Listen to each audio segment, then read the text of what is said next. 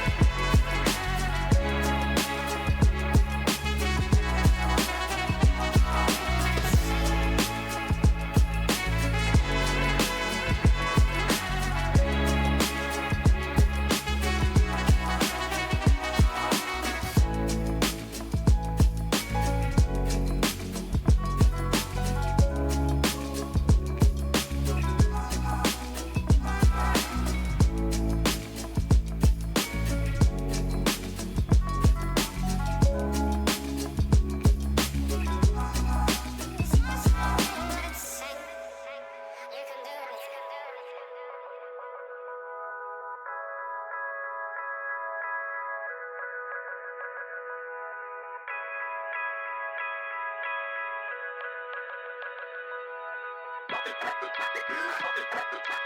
do you expect? Just what do you expect? What do you...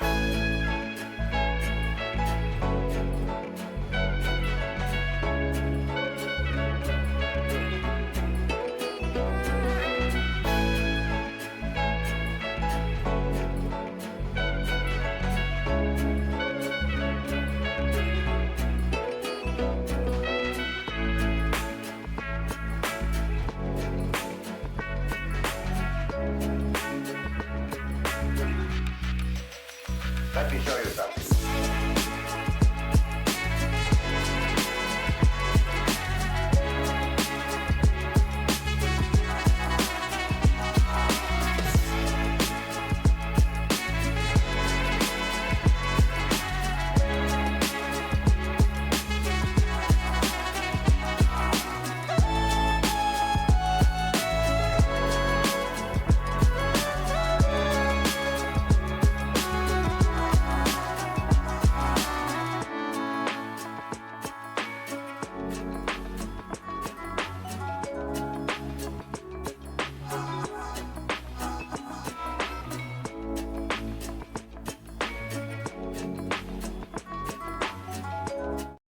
All right, despite all odds and expectations, oh, hey, everything did break.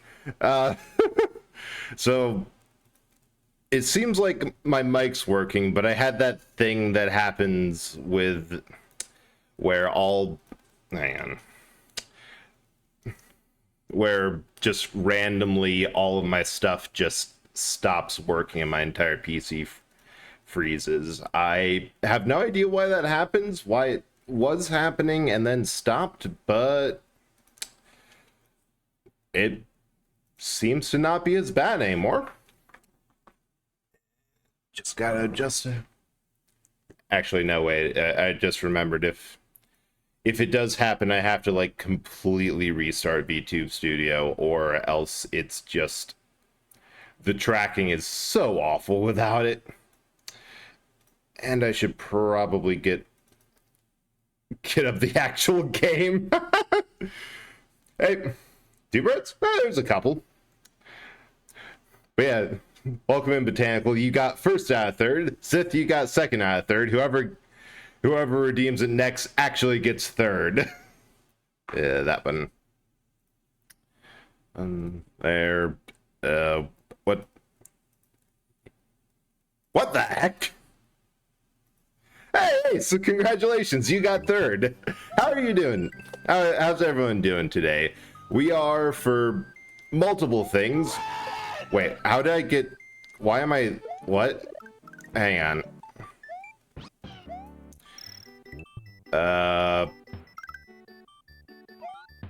What?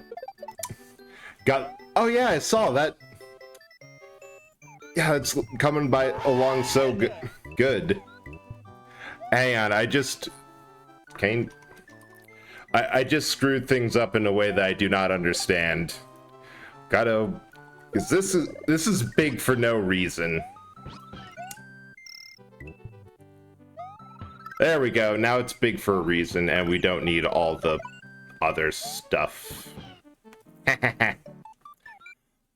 Oh! Did I almost get... Yeah, that's like one exit away from 100%. But yeah, we're playing, Oh yeah, everyone go check out Ace and her Twitter if you want to see the line art in question, because it does look amazing. But yeah, for a variety of reasons, most of all because Charles Martinet, the voice of Mario, announced that he is stepping down. Put so much in Game Boy but never finished it.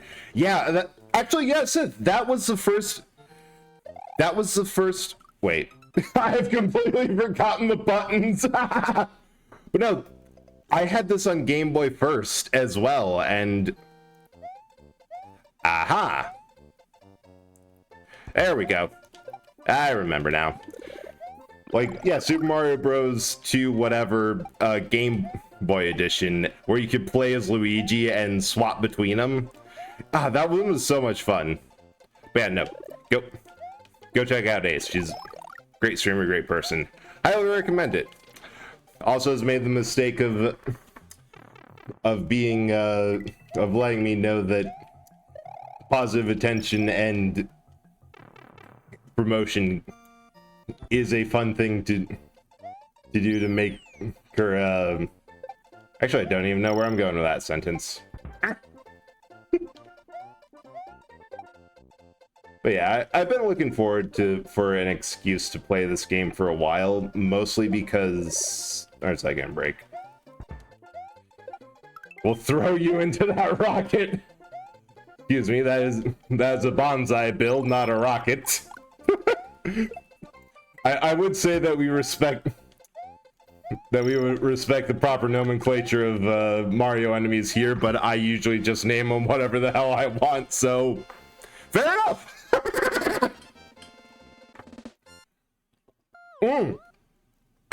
That would be fun.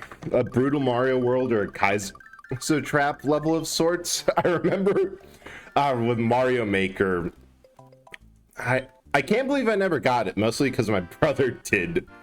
But that game, we made a level together, and we, within moments of publishing it, like, we made a level after watching a couple videos of all the speedrunner tips, and it's 1 a.m., good call him Rocket. Fair enough!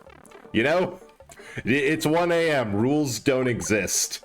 But yeah, like, we checked a couple of the, like, Kaizo... I haven't, for whatever reason, I have not played many. But after watching way too many of those Kaizo levels, we made our own and got flamed for how hard ours was within minutes, and we're just sitting there like,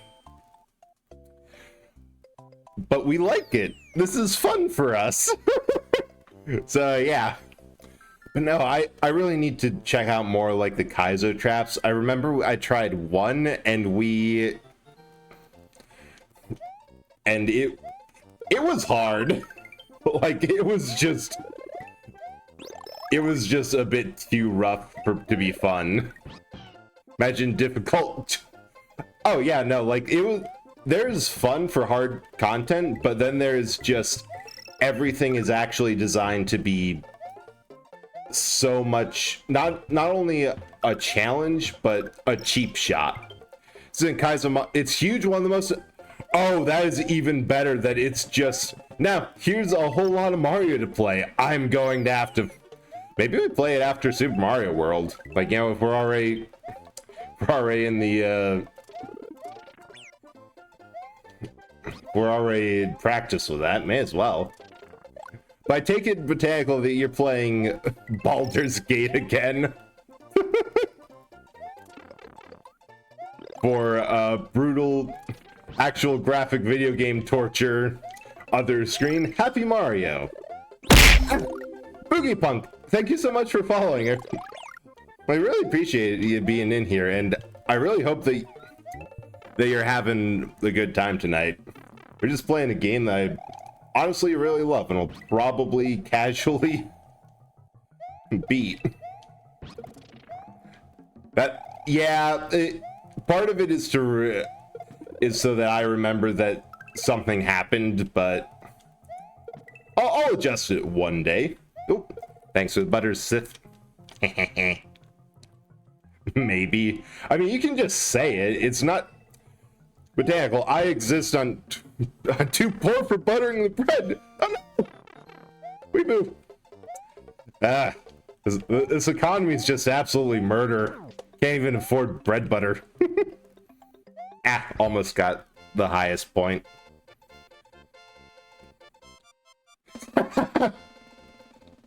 But no, Sith, I do agree that sound design and music for this game, they nailed it so much for this. Like, there's a reason that Athletic Orchestra is almost as recognizable as any other track in the series. Like, you can probably... Oh, I could have recovered Yoshi. Oh, well. Sorry. Playing it earlier, started another war, single-handedly killed an entire village again. Just trying to talk about the market. As it goes. It's just one of those things that happens, you know? Sometimes You're going in an innocent shopping session in D&D, and next thing you know, everyone's at war, and you're winning. Happens to the best of us, and by the best of us, I mean every single one of us. Ridiculous amount of time in the game and starting to feel self-conscious about it. Well, if it makes you feel any better, who's your favorite character? I'm pretty sure with that information, I can make you feel better. Like I'm playing Skyrim where me talking, shouting, causes...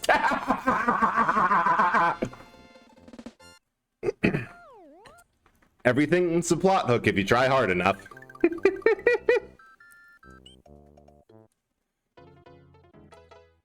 Oh, right, this one. I have to say, my least favorite levels, these water along the bottoms are a little bit... I prefer straight water levels over the ones where you can fall into water with a current. But yeah, but no, that's kind of the fun of Baldur's Gate. Either the cats or Astarion. Sorry, can't help you feel better with that choice. Oh, damn it! I was hoping you were going to say anything other than Astarion. The true lore reason why my voice is a little chill, but my hiccups are high enough to make windows crack. Yeah, it's just lore accurate. Oh. I did that somewhat wrong. Because this is this is one of the first times where if you get enough chaos and destruction with a superstar up, you can chain it into a 1-up, 2-up, 3-up, and you just, after 1,000 or 2,000 points, so like 5 things running through, you just, the multiplier makes you just gain lives and more. No, Botanical, I can justify the cats. Astarion is a harder sell. Oh yeah, you can also do it here with the wonderful power of your butt. Oh no. Oh, that makes a lot more sense. Because I remember watching Twilight in a VC in Discord, drunk out of my mind. I don't remember most of it. I only surfaced through inebriation enough to make fun of a couple of things and maybe go on one rant about vampire fiction and how everything they show in Twilight is just wrong. But even drunk, it's not the... Twilight is not the best movie out there. Oh. On the wrong side again. Now this castle's one of my favorites for the sheer reason that I can continue getting lives so long as I don't touch the ground. See, I feel connected to Sarah. That is true. He is the local... God damn it. This is something that only a Botanical, or if a couple of the other people who have played D&D with me will get, but is Astarion just the same type of vibe as one of my characters? Makes you crack up sometimes. Like, is he just an unrepentant, sarcastic little shit? And Burley, haha. Because no matter how hard I try... Oh, there we go. All of my characters, no matter what vibe I try to... Ace, we've been over this. It's also my personality, and we do not have to like it, but we have to acknowledge that we have the same vibe. Oh wow, that's Iggy done. Because every single one of my characters is kind of insane. Oh, we should. We've been saying that for a while and just have been awful. I've been awful at it, kind of, except because of his background, he can be a bit vicious. Okay, That is close. So somewhat close. Oh, I wonder if I can get the secret exit for this one before I should be able to. Oh. Hey. Oh, it'd be easier if I didn't just fall out. Yeah, no, every one of my characters ends up just horrendously a problem. There's a pattern to that, but I've long since forgotten it. Because I was really trying last D&D campaign I played in to make someone who was refined a bit elegant and cool. Within one session, I was playing, and the character there was supposed to be like a blind seer-inspired wizard. Within one session, I was using blindness as an excuse for everything I did, became addicted to gambling, and was winning enough that it was becoming a problem. Woke up today and forgot what year it was. Never mind acknowledging collabs exist. That's a fair point. We'll get to it when we get to it. Oh yeah, there's just like 3 interconnected pipes through all this. Favorite lines when you volunteer for him to go up on stage with a client just goes, "Oh, of course, I'm going to fucking kill you." I can picture that happening in a D&D game. The whole getting voluntold is a proud tradition. Sometimes you just have to tell another character to go do something that you know that they would hate. Isn't there also a special dialogue if you... Oh, yeah, I did. You can get the secret exit beforehand. Where you get him hit by like a massive cannon and you have to have like a big heart-to-heart of, that really fucking hurt. How? Ow! Why did you do that to me? Which is the most hilarious thing I can think of. I thought it was February, the start of the year again, but... Ooh.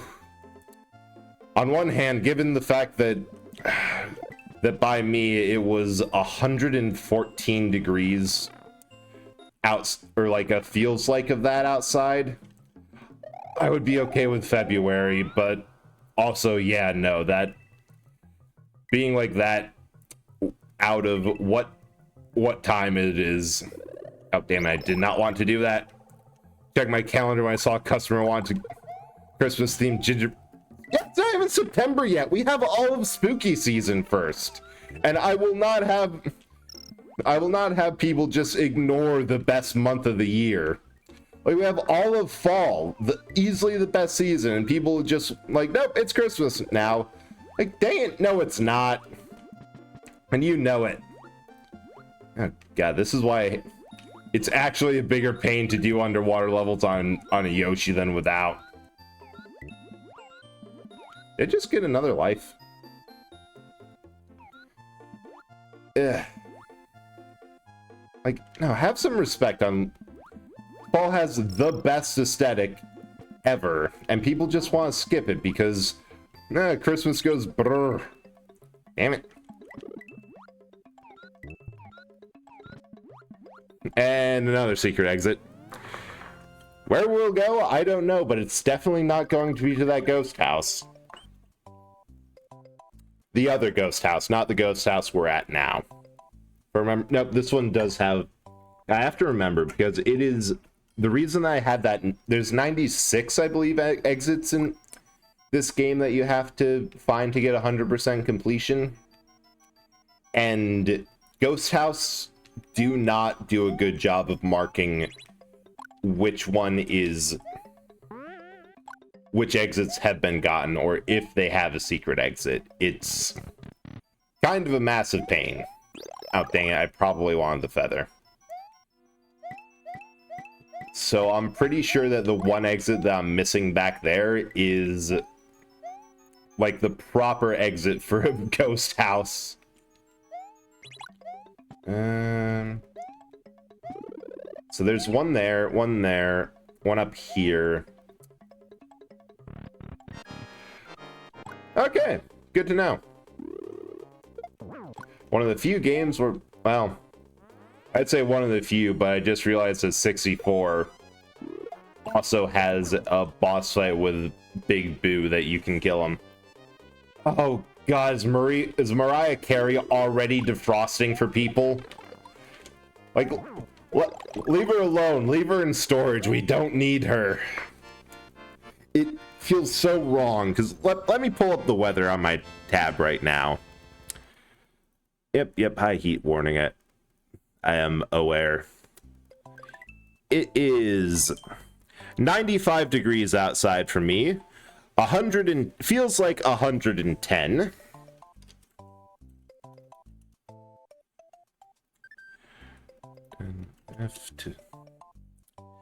And 43 degrees Celsius. It is not the weather to be contemplating the inevitable doom and arrival of Mariah Carey. Ooh, tomorrow you should get... Hell yeah! Yeah, I am so ready for you to get those finals done.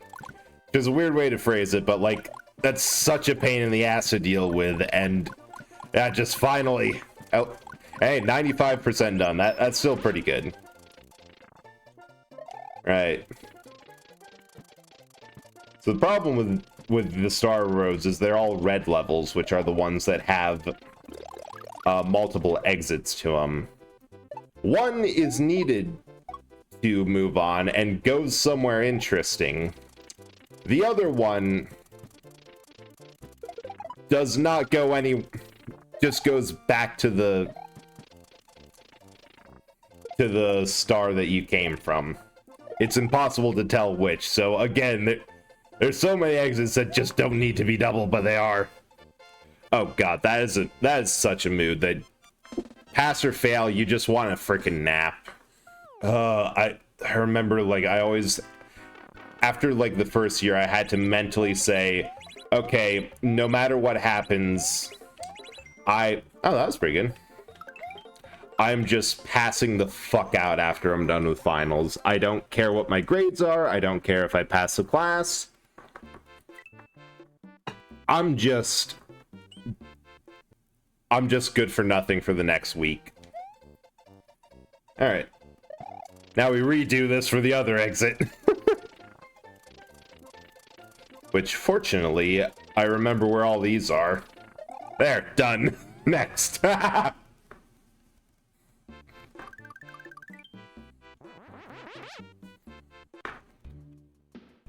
Okay, so we can't... You have to, unfortunately, lock the Star Road exits on the world side before you can use them.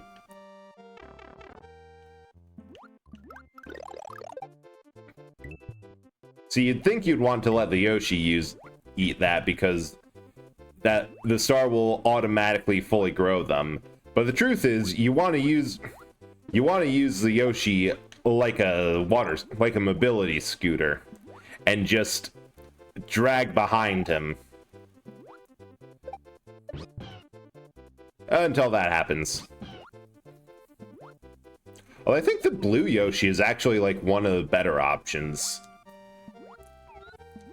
What? Why hasn't Nintendo made a Mario Metroidvania? That's a good question. I think largely because they own, because Metroid is their own property. Oh, that would be interesting. They have done RPGs, but... The other thing is Mario's kit's so well defined as... Jump Hammer and, like, Fireball or the like, that... Actually going for all the multiple mobility things needed for a Metroidvania, it doesn't really fit as well compared to what they've done with, like, Mario and Luigi Superstar Saga. But it's an interesting idea. Past few days I've been staring at 11 law research tabs like, why did I pick the most difficult topic? Why do I have to write to Oxford and Harvard Standard? God. Yeah, that is rough. It's bad enough to having to write a college level essay with the amount of mastery needed and knowledge behind the topic. It's a whole nother thing to have to do that to like Oxford and Harvard standard. Like Ivy League anything is so rough. Also, welcome in, Radico. I hope you're doing well tonight. Where's this one land? Oh, right. Middle of the frickin' ocean. What's this one? Oh. Right, this one's just... I'm not even sure I can...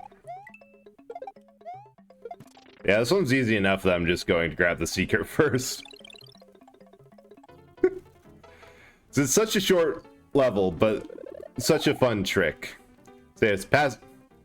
Oh yeah, if you pass, it's gonna be great. No law background and picked up because you're bored.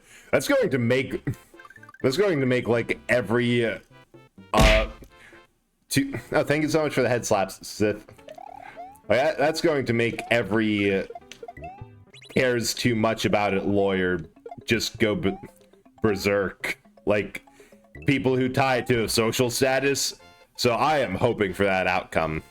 Well, I gotta go do 4 panels of a comic to introduce myself, and that's all the schoolwork I have today. Nice. Hope the comic's going well. Take that's for... Start my mat. Ooh, right. You're starting your masters on Monday at the Tentacle. I hear the sarcasm, but best of luck, and that's... I'm sure you'll do fine, but it's also definitely a hell of a thing. One's Masters, I think that one's... Oh, dang it. Lost the Yoshi.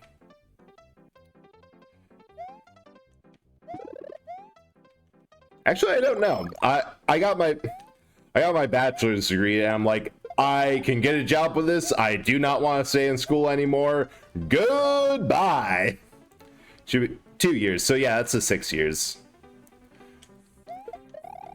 Ooh, that was a good hit. Yeah, 4 years of bachelor. That's... Generally speaking, if you can get something good that you like with the bachelor's, I'm not sure there's much of a reason unless you want to stay in academia for that. Yeah, it's expected degree for a teacher, which, like, if you're going into teaching, that's a hell of a thing. So, oh right, yeah, you're also in the accelerated course, Ace, the 6 years. The 3 instead of 6, which, that's a hell of a thing. Not likely to fail these finals because previous grading, but like, yeah, I gotta keep the mood up on it. All right, I'm not sure I can actually go any further on here because I need to find some more of the secret blocks.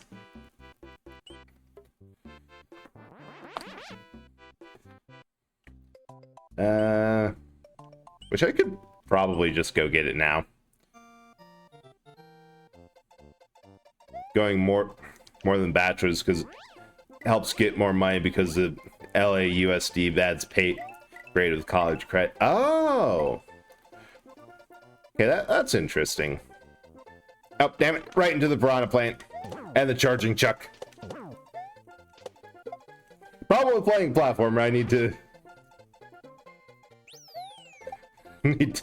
focus. Oh yeah, 2 law courses at once. 50 hours of studying per week, 2 finals before the 31st. That does make my head spin a bit just thinking about it, because... Yeah, a 4-year course without acceleration. That was... I almost burned myself out. Granted, I was also working 2 jobs at once for a time, but yeah. Education's a vital resource that can be free? Look, the Scottish have been well above the rest of humanity for society for a while. They've invented golf. They have the kilt. And they have free education. They're just better than the rest of us. Like, it's just a fact. Because I know it just said that, yeah, for 4 years. Golf bad? Golf is fun. Golf is funny. Golf is bad, but it is also funny. Plus, it's one of the few sports that I can drink a beer while driving a fun little cart around, so that is worth consideration. Yeah, 40,000 pound course, free. Man. I wish. And the US was so close to getting 10,000 just forgiven, as up to 20,000 if you met requirements. But then they said, no, you don't get nice things. You have to pay it all off. Not salty about that at all. I'm thinking that would have just wiped away half of my debt. It's been fully funded by the government, but that's only because it's poor for FAFSA. Yeah, the good thing, though, is that it's better than... It would be good for U.S. education to just be free, as it is a vital resource and just improves the world. But it is nice that there's some support like FAFSA for lower income, because that still helps a lot. Missed the secret here. England, okay, England and Wales, it's still loans, which is interesting. But like, I don't know, I could talk about education, how it should just be a free thing for quite some time. Alright, what was the secret here? Is it, God, it's either you jump up above everything, or there's a pipe. Hopefully. The more financial aid you get, the better, especially if you're going back like you are botanical for a postgraduate degree. I think I got hit on that beetle same time last place. Oh. I thought it was up there. I think I remember now. That it's up one of these tubes. Yeah, it's that shortcut I took earlier. Yeah, it's here. I just forgot the last step. I think. And then you...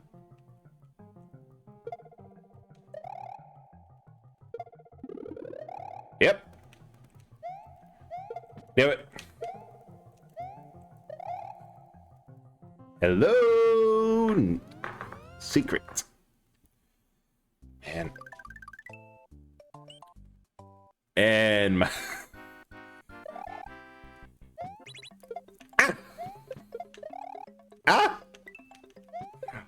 Whatever the trick was for that, I completely messed it up. I think you're just supposed to, like, No, you're not even supposed to touch the shell, and the Koopa will just follow you around, wrecking everything else.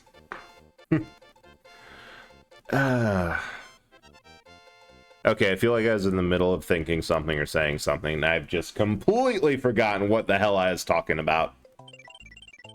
Ow! And save. Yeah, nope, still nothing. Oh right, it's just...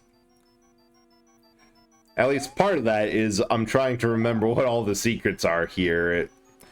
Because I really wish that more games from this point on, and I have high hopes for Super Mario Wonder, that that game will have a more Super Mario World type of vibe, where it'll be absolutely lousy with this sort of devious secrets, like stuff that you don't need to complete the game, not anything for completion. Like, you can beat the game perfectly fine, but it's just all these hidden little things Like, top secret zone here. I didn't know about this for years. This is all it is. There's an ocean. There's a Yoshi egg in the middle block, but it's just a straight up power up spot, and it's so nice, but you don't need it. Stream chat was in dismay when I saw there was hidden walls in Remnant 2. I was like, ooh, and they're like, oh. In all fairness, your chat knew what they were getting into when they signed up for it. And if the game has hidden walls, it is merely an invitation for the players to smack, shoot, and blow up literally everything. Like, you're just... Otherwise, if you don't, it's a disservice to the devs. You just have to. It's the polite thing to do. Oh god, remember Elden Ring when that came out and it was... And there was like a couple walls that had... I think it came out that it was a bug that... And it never should have been like that in the first place, but there's like one or two that took literally 100 hits. And first of all, I have no idea how they found those walls, because who sits there hitting every single wall in the game, unless it was data miners, but trying to find that secret. Didn't know it existed, but my doggo in game snuffed out hidden... Oh! That's even better that they also have a class and some mechanic to let you know, hey, there's a hidden wall right here. Because the alternative is so much more annoying of just having to hit absolutely everything. I know there's some ways that they make it that, or they give it a really good tell that there's a hidden wall here or or in this level. Like they'll have a point where the only way to proceed is to find a hidden wall to alert you that, hey, we've got hidden walls up in here. Good luck. Apparently only the dog can find it. Oh, interesting. I guess it's a perk for having the dog around. Like, pack your goodest boy for secrets, which is a game design thing I can get behind. All right, now we do this properly and just leave.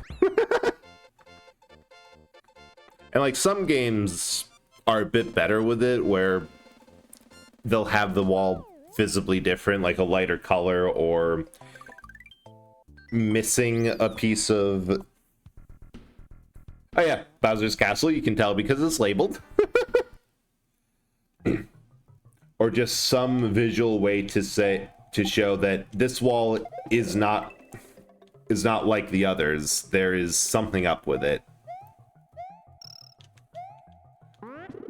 But I could also get behind just, no, there is a hidden whatever here.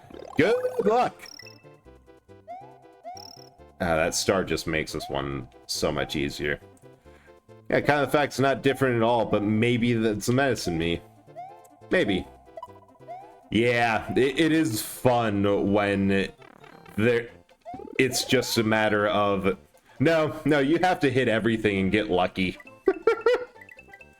Or you just get rewarded for beating a gremlin.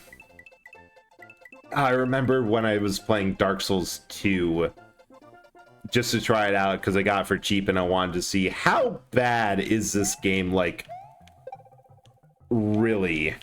Uh-oh. Hey! That worked somehow! And for that game, the hidden blocks aren't hitting it, or the hidden walls aren't dispelled by hitting it. It's just by pressing the like X button, the interact. So after I cleared absolutely everything, I would run around mashing X like a lunatic because I'm like, okay, it's here. It's somewhere. And I found so many wonderful secrets that way. And...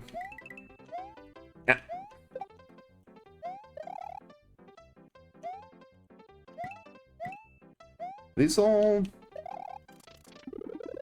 Hey, I knew there was something down there. Yeah, like imagine the reaction. Oh yeah, that...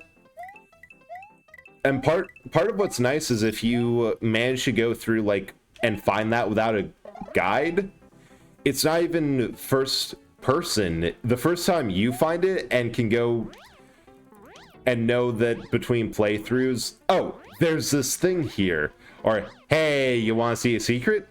That's also an amazing thing. Okay, I know it's really cheap to fly over these levels with a cape, but I also find it a little bit funny, especially if there's just a perfect ramp out like that. And it's just gotta.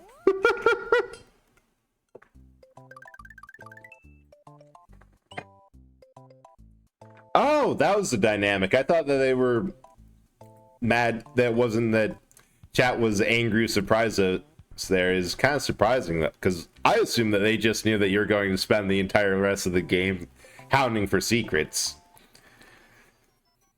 Because personally, I do love the ability of like discovering bits of games, of finding secrets and just figuring out what the game is asking you and hiding. But I can also totally understand the reaction of, well, kind of. No, I never hunt for secrets, man. Yeah, that's fair. It's... Alright, this one's tricky. Yeah, that is a good point, that secret hunting takes so much time and effort. And after a while, I mostly had it with newer games, like a little bit with Just Cause 3, which has been trying to beat, and Breath of the Wild, or Tears of the Kingdom. After a while, you're okay with there being less stuff and just more and just more core gameplay, like regular dungeons and content story, but you don't need to go scouring the land for like 1,000 collectibles hidden under any arbitrary rock. Because what I need to do with Tears of the Kingdom is just sit down, beat like, I think I have the Water Temple and the Zoras done left, and then I'll be able to move on with Ganon. I also have the Depth storyline. But I just have to stop hunting for shrine, secret, and side quests and just do the main story. But yeah, no, I get that. If you really love a game like you do with 14 or like Final Fantasy 14 or Blue Protocol, which by the way, were you able to get into the beta, or are you still playing it with the Japanese version with the translator? Because that one did look fun, but I was having a bit of trouble with the translator and like moving tabs that I think I'm going to wait to play that with oh dang it. Playing the Japanese version still. Alright. Yeah, I should log in and at least play a bit more with it, because I want to largely get the feel of like what the gameplay was like and a bit of the story before it launched in the US. But it did seem fun. Hey Kevin, thanks so much for lurking. I hope your morning's going good. Always nice seeing you. Bye. Yes, the only thing that can defeat Galoombas.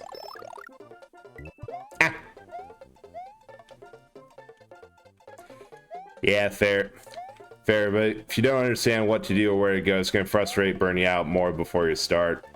Yeah, and like the translator was working well enough that I could have, but there's a couple things that I'm like, it kind of wrapped around, like I was, oh, that was weird. Ah. I was kind of invested enough to a point where I'm like, I want to experience this straight with a bit more clarity. Aha! Ooh, new class. I'm definitely going to check that out. just to see what it is, because I think I went for the hammer one, and I never really go for big, heavy, slow weapons. The hammer's fun. I like the bonk. My hammer forward friends have converted me. Yeah, the spoon class! The spoon class, it definitely took, like, some of the weirder Square Enix design lessons for how to do equipment. Which reminds me, man, I've been so awful with dealing with games on my backlog, and I like to claim it's because everything is so long now, and the reward you get for beating a game is more game that's not quite as compelling as the first game. But I should really, like, finish a couple of games. I've been trying to beat Just Cause 3 on the last area, and it just so happens that the last area is long and obviously the most difficult. And then I really need to finish Final Fantasy 16. I've been on very much a massive Final Fantasy kick lately, between 14, the brief bit of 5 I streamed before everything with the challenge that I was doing went pear-shaped. But 16 that's a fun game. I honestly hope that it gets more people into the franchise, or at least playing that. I think we're just getting elderly and it's difficult to get a sense of time, aka time not existing, back. I think the bigger thing is that it's hard to get more time. Like, I've been thinking of playing more just games I need to beat on stream, or that I want to play again, because it does help me get through it, but I just don't quite have the time that I used to sit down and, like, spend a whole day busting, or a whole afternoon or evening busting out a game. Or the focus. And then fun new debuff I picked up through college, the anxiety of, oh, but I'm not doing something practical. I need to do something worthwhile that produces a thing. Which, that just sucks. The one thing that I hate from college is that I developed anxiety to make sure all my stuff was done on time. But what happened instead was that now whenever I'm not working or doing anything practical, I just, like, I've lost the ability to relax like I used to. And oh. If I'm fast enough and can keep that... Well, that didn't work out, like, at all. I think there's something in one of these, or no, it's in the middle. Yeah, because what I could have done is that right there is the secret exit, and Yoshi could have let me skip that if I got the wing block. Oh, it's easy enough to get up there once I have the proper thing. Stupid Koopa Troopa. Yeah, I suppose that's something that you have to unlearn or get more comfortable with. And it will, like, yeah, there's no relaxation anymore because your brain is, shouldn't you be doing something different?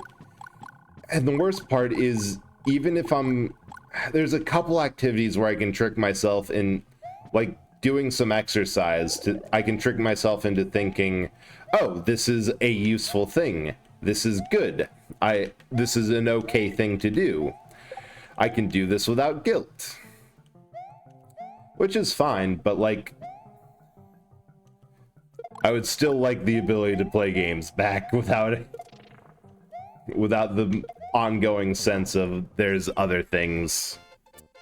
And the worst part is when you do sit down and like write everything down, like, okay, what are my tasks? I have so many things I have to do. I have to just organize so I can know what fire to put out first. And there's like 3 things.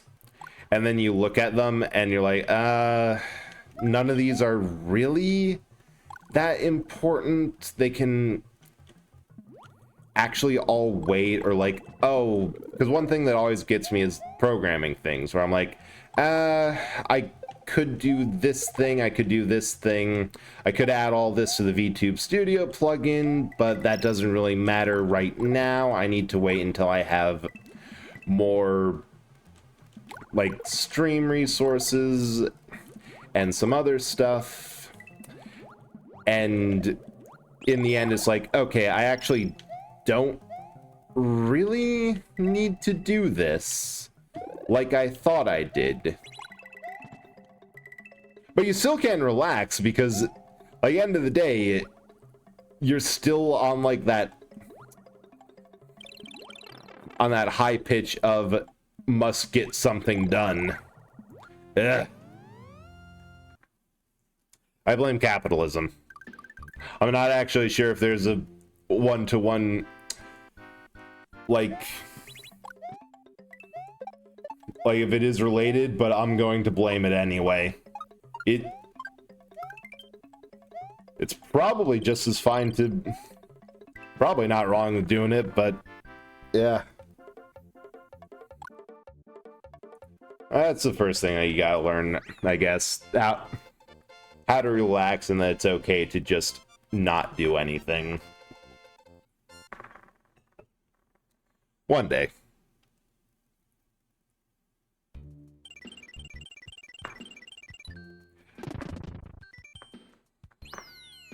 Oh, right.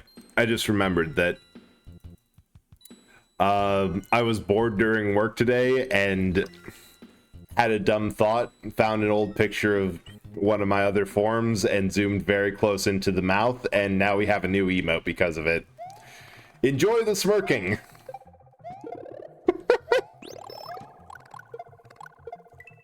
I realized that I probably should have said something. Oh, thank you. I'm glad that you like it. And yeah, it is.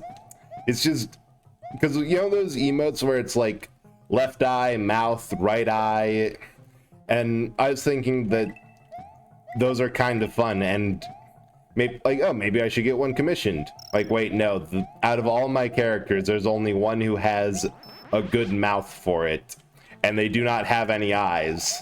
I'm like, wait, I can just do the mouth.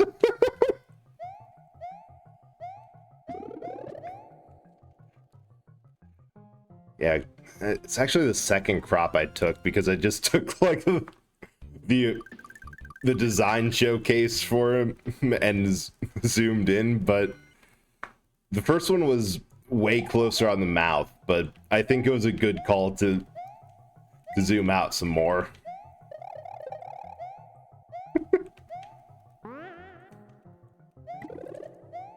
Is that? Ah, I thought that was almost going to hit the paratrooper.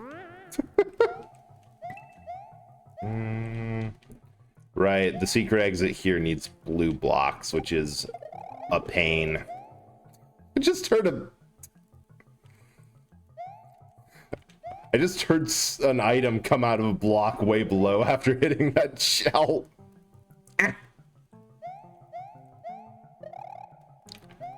Or do I? Because this needs to be put there to get up. To easily get up to that pipe. Nope, we don't need it. We do not need it. The cape is great for the simple reason that it just lets you do so many silly things.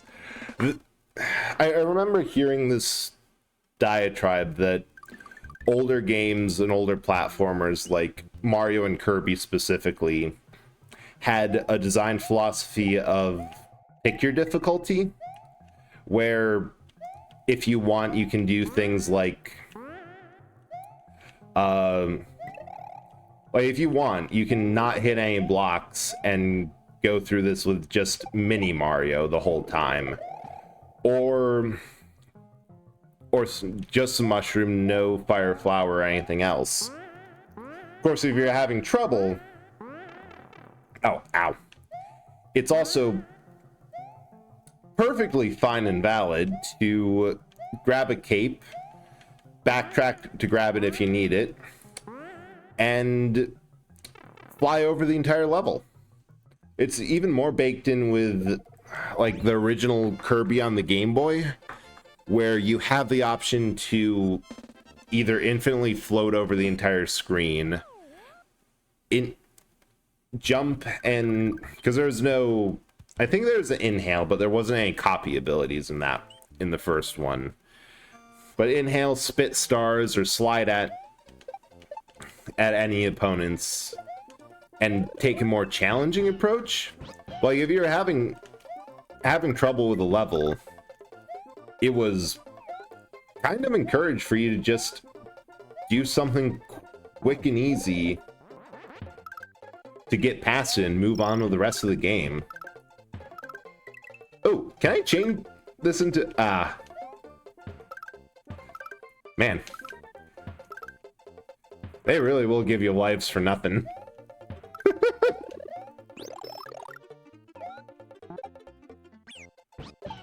Oh, it's a bit harder without the feather. Oh, ad break.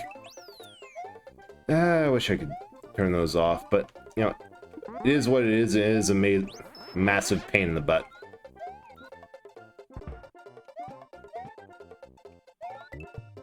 Huh, I actually can't. Usually you can go through blue pipes near, like, any blue pipe, and you're able to either get a secret exit or get shot out one of these horizontal ones. Oh wait, I believe I have found it. As well as another, almost 2 1-ups from that.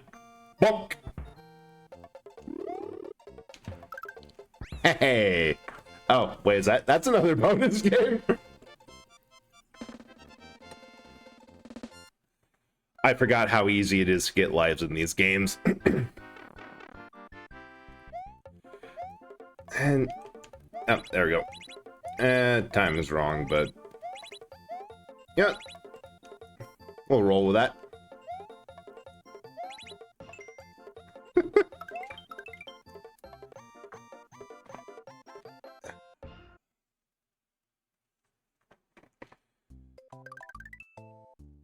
No, granted, I've always thought of Mario games as like the easiest tier of platformers, but after I started watching streamers and like watching Twitch and the like, and seeing other people play some of these games, which I've realized are actually burned into my mind, and I have perfectly memorized a lot, if not all of the levels. Definitely all of them in the case of a game like Super Mario Bros. 3 or 64. Except for all the levels in 3 that I never actually played because it was just easier to go around them or work around them. Like, there are some levels that I have no memory of and get surprised by, because it was just, why would you play this and not the stupidly easier level right over here?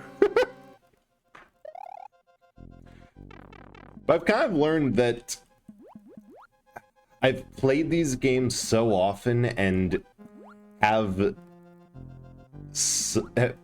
like such a muscle memory, actually, that some people they've streamed last, like, or when they've played Super Mario Bros. 3 last, like, I wonder if it's possible to speedrun this without a game over. And I'm just sitting there thinking, last time I played this on stream, it took me 3 hours. I ended with, oh, dang it. Ah. Yep, first death. Vanilla Fortress is a bit difficult. But ended with like 80 plus lives and only died 5 times. I suppose it's just whatever game you've played actually to the point of death, where it's send an eyeball your way. Ooh, hang on, I want to see the eyeball. Holy shit, that's an amazing eyeball. Like, top tier. Yeah, I always love seeing the updates for whatever art that you've been doing, Ace. It's always incredible. I will say, if nothing else, if I had to say one reason to like become a streamer or become a highly supported member of a community, it is pretty much just, well, sometimes VTubers will send VTubers and artists will send you previews of what they're working on, and it is amazing to see. Yeah, eyeballs are pretty great to have, I'd say, considering that none of my characters have eyeballs. Because technically Bread just has these discs that happen to function like eyeballs. Oop, Reznor. And then Static, one of my favorite details of him is, oh damn it, I got too greedy. I knew that was going to happen. I got too greedy. Is whenever artists are working on, the question I always get is, does he have eyes? No. Oh. And sometimes, because one for the, I got one, Chess was working on something for me, and she was working on it with call with someone else, like, and she just mutters to herself, right, and he doesn't have eyes. The other person called, wait, what?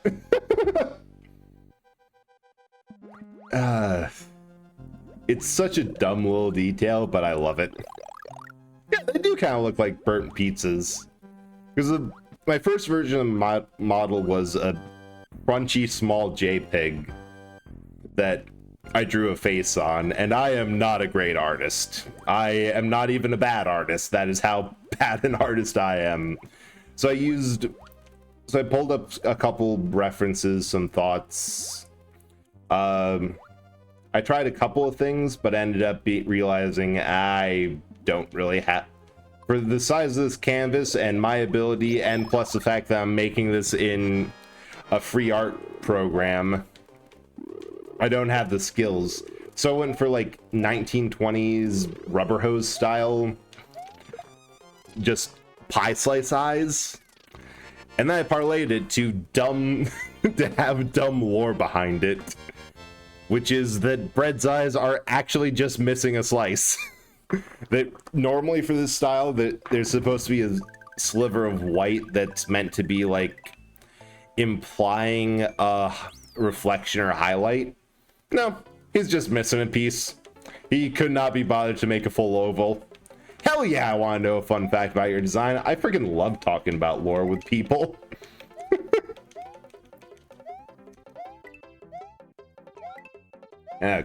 God, the cheese bridge area here is actually, wait, is this that was almost bad.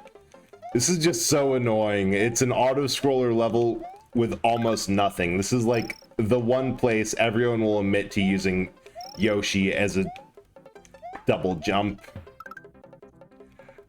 And speaking of oh no, my double jump.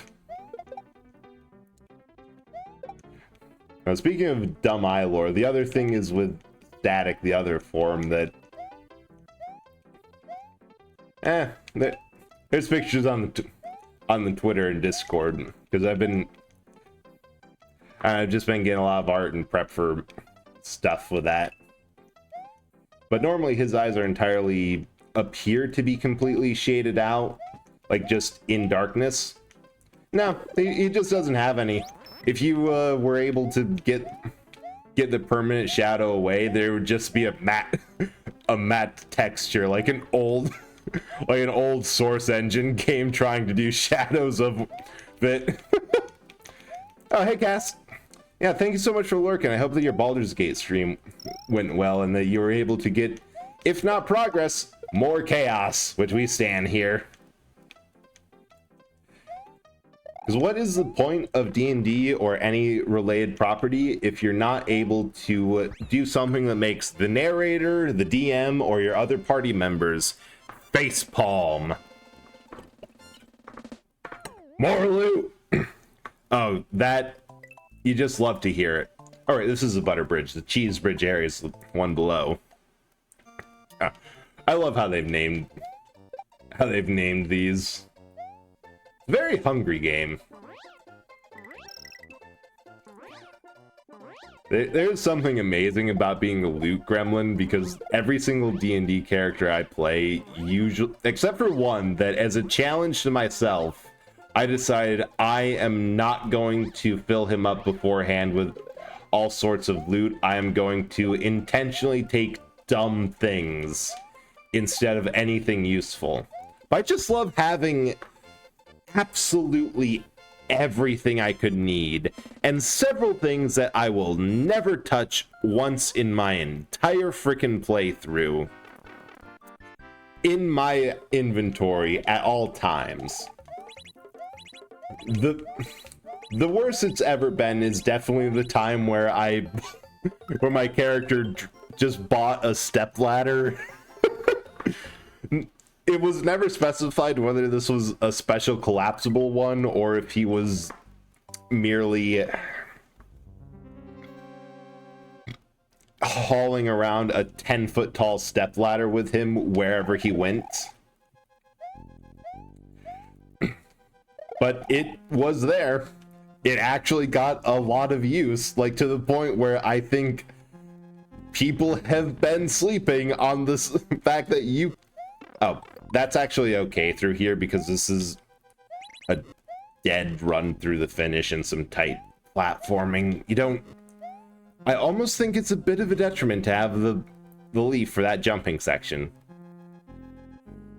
But no, I will always say that people assume that, like, oh, you should have a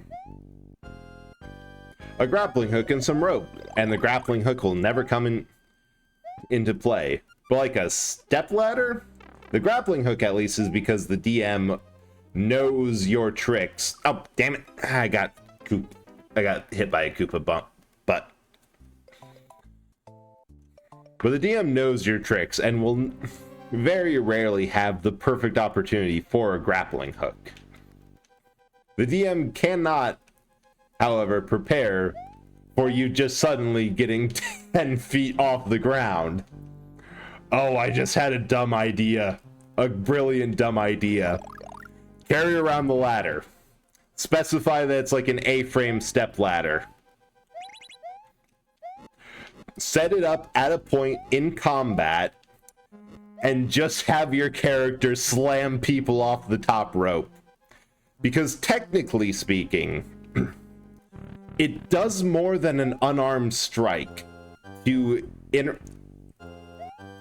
Holy shit, this actually changes everything. It does more damage than an unarmed strike. The only thing is that it does a bit of self-damage, but depending on your argument and target, the DM might let you waive that. But you have usually a free interact with item of, like, take something out of your inventory and do something with it, which could be setting up the ladder, and then you have your movement, move up 10 feet, jump off the ladder onto an opponent for 1d6 because 10 feet is the start of fall damage. The ruling I've heard is that when falling onto an enemy, you don't take, unless it's from a obscene height, you don't take damage, but they take however much fall damage you would inflict. So if you ever have no weapons on your D&D character, but do have your ladder, That will deal more damage than an unarmed strike, because fall damage is 1d6, but unarmed strikes are either like your strength modifier or just 1 point or something weird like that. So yeah, unless of course, actually, unless you have a strength of 5, in which case you'll do more damage. We should probably go back and finish the Vanilla Dome. Yeah, a 5 is more than the average damage of a d6. And maybe easier to land.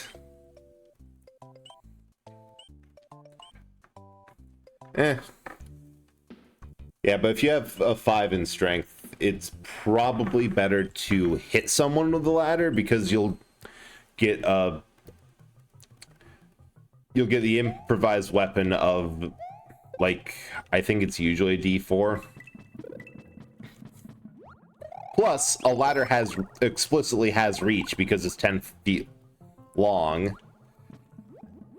And your strength modifier. But if you have a shitty strength modifier, then just jump on people. That reminds me of another build that I wanted to do in D&D for so long. Because there's a collection... I got kind of close to this with one character that ended up very high in the air, but it didn't quite work as I would have wished it. But I really want to like recreate a Final Fantasy Dragoon, a character that's built around dealing a lot of damage through jump attacks. The problem is that there's essentially, you either need, oh damn it, the rebound. You either need a magic item, I think it's just called like a jump ring, or a ring of, it's essentially a ring that lets you cast jump as the jump spell as a bonus action to triple your jump height. Then you need a whole lot of, oh god, 3 charging chucks. They need a whole lot of strength and a really good knowledge of the jump rules, because shit gets weird after that point. You have to move like 5 feet to get a vertical long jump, which is equal to your, it's either equal to something times your strength modifier, or is just your strength score, which is 20 feet. The jump spell triples that, so 60 feet. But then the problem is the rules say that you cannot move, no matter what you're doing, you cannot move more than your movement in a turn. So you take like 2 turns to go up, because you have to use, assuming a speed of 30, 25 out of 60 feet. No, it's 3 turns to go up. Reminds me what? It's exclamation mark roll, and then whatever combination of XD whatever. Or I think if you just do roll in a number, it'll roll that many 6-sided die. But yeah, I almost forgot I had that. Then, oh, they got me. That's smart. Oh, I put fun fact stuff above just in case it was missed, but didn't want to interrupt D&D top. Oh, did I forget? Okay, I did miss. I just went on a rant. Thanks for that. So I initially sketching my design out. People always call me a cat or even a kitten because of my tendencies IRL. Fish distracted by red lights, weird sleeping position, scratching my face like a paw. I was so stubborn, I was like, no, I'm gonna be a big cat, not small, out of spite.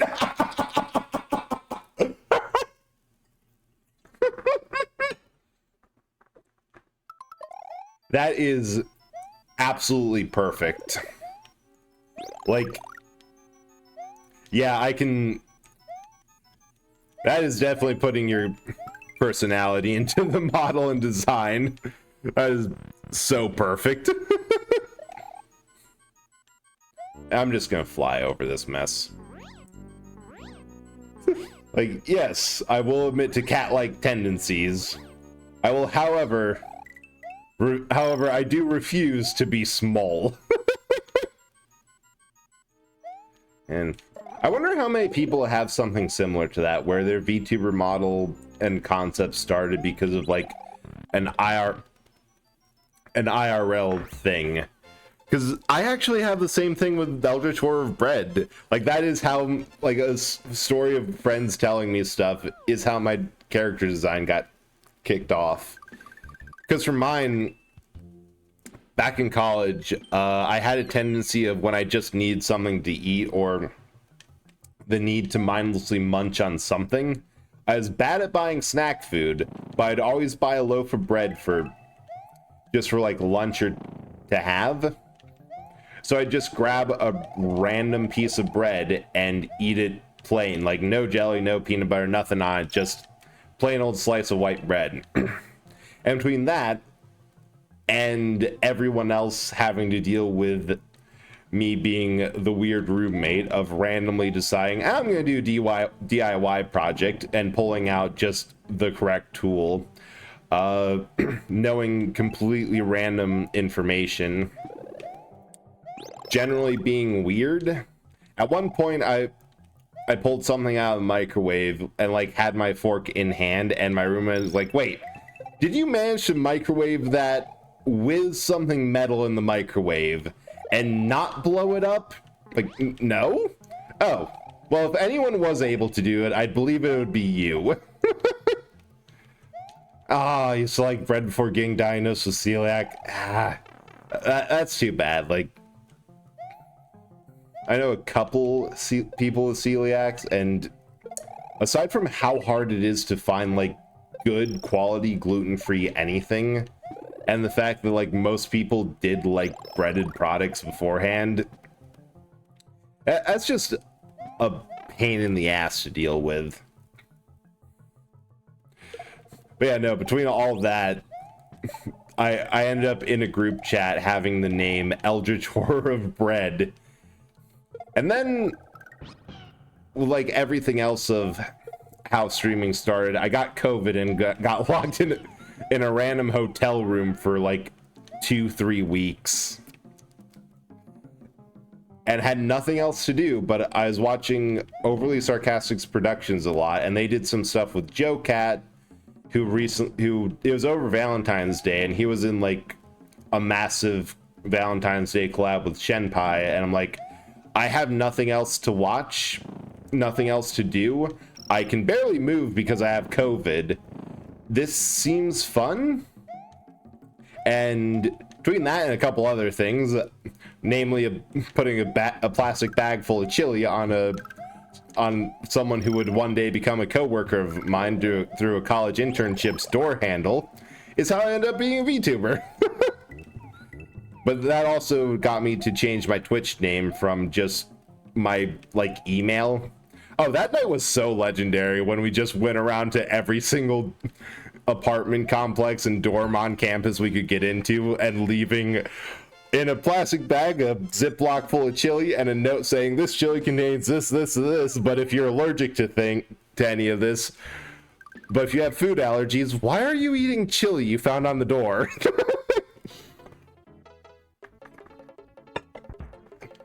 Yeah, no, that's how I ended up with Eldritch Horror of Bread on Twitch. And then when Laffy and Santa Nobaka convinced me to start streaming, I just went with the theme. The other thing that happened is I streamed once with like no face cam, nothing but my voice. And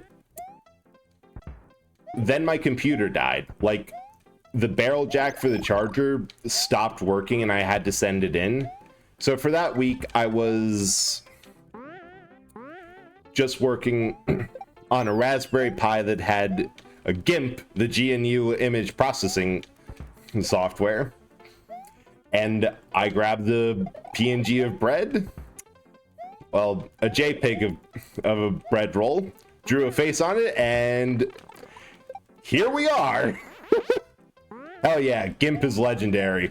It is if you need something free in Photoshop like and don't need every single fancy tool, I highly recommend GIMP.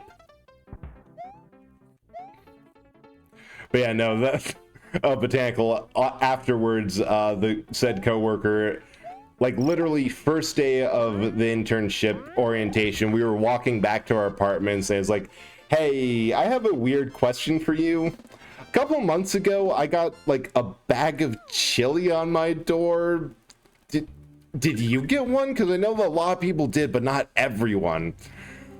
And I almost fell over laughing, and I had to tell him, no, I didn't get one on my door because I was the person who put them on everyone's.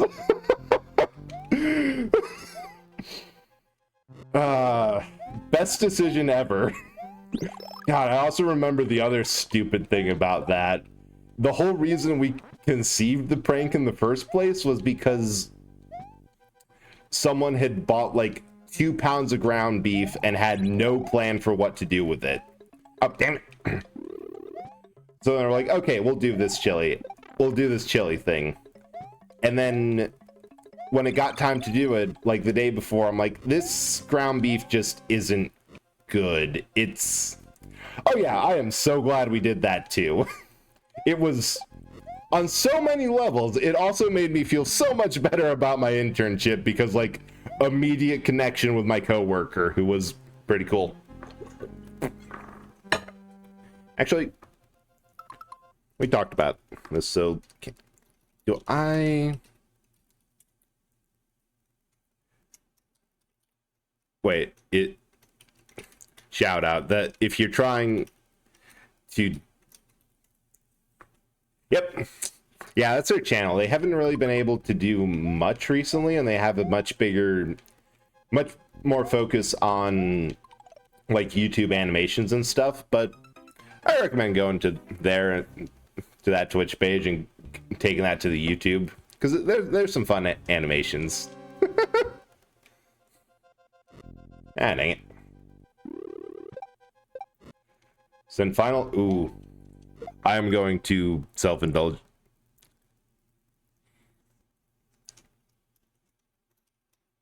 That is adorable, Ace.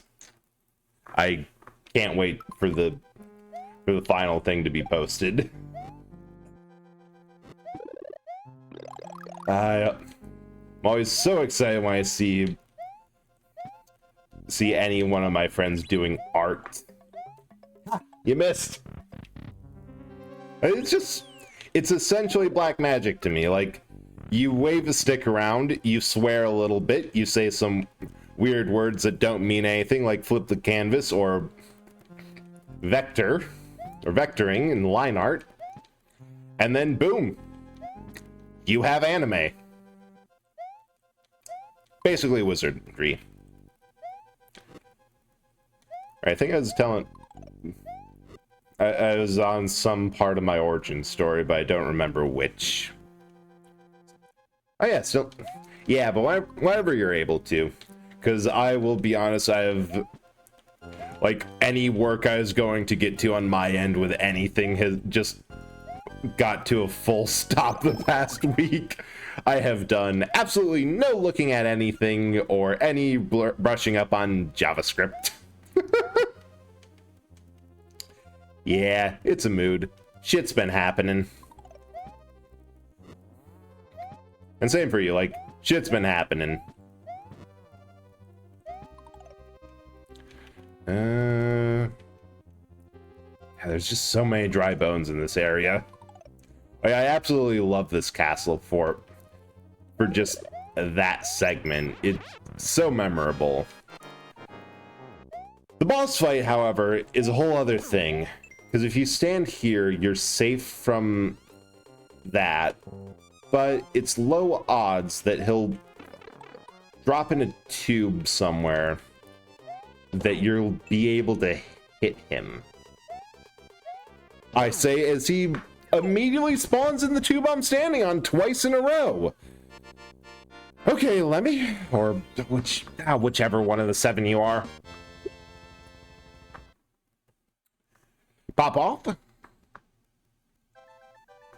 I think this is also the part where oh yeah, I love the castle destruction animations of sometimes they don't work out, sometimes they're just, how did you do that? Oh yeah, I was right. Oh yeah, the crane. You definitely knocked it out of the park with the outline for the crane game. Like that'll be fun to work on and animate and tie into chat controls. And it'll be, actually no, it'll be easier for me to write the bot sections in JavaScript for monitoring the chat. Simply because well, first of all, I've already done it. And the actual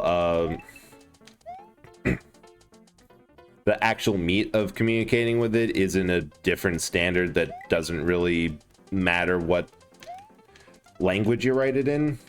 But also all the examples on Twitch's API website are in the language that this would be in.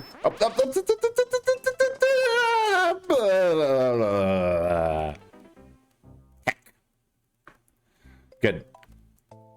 Oh, right. I've heard a couple of things about Doug that he has. No, nothing about it looks fun. Hell yeah. I need to take a look at that myself because I know he's been doing stuff like chat can control where all of his OBS items are, and they've like rotated.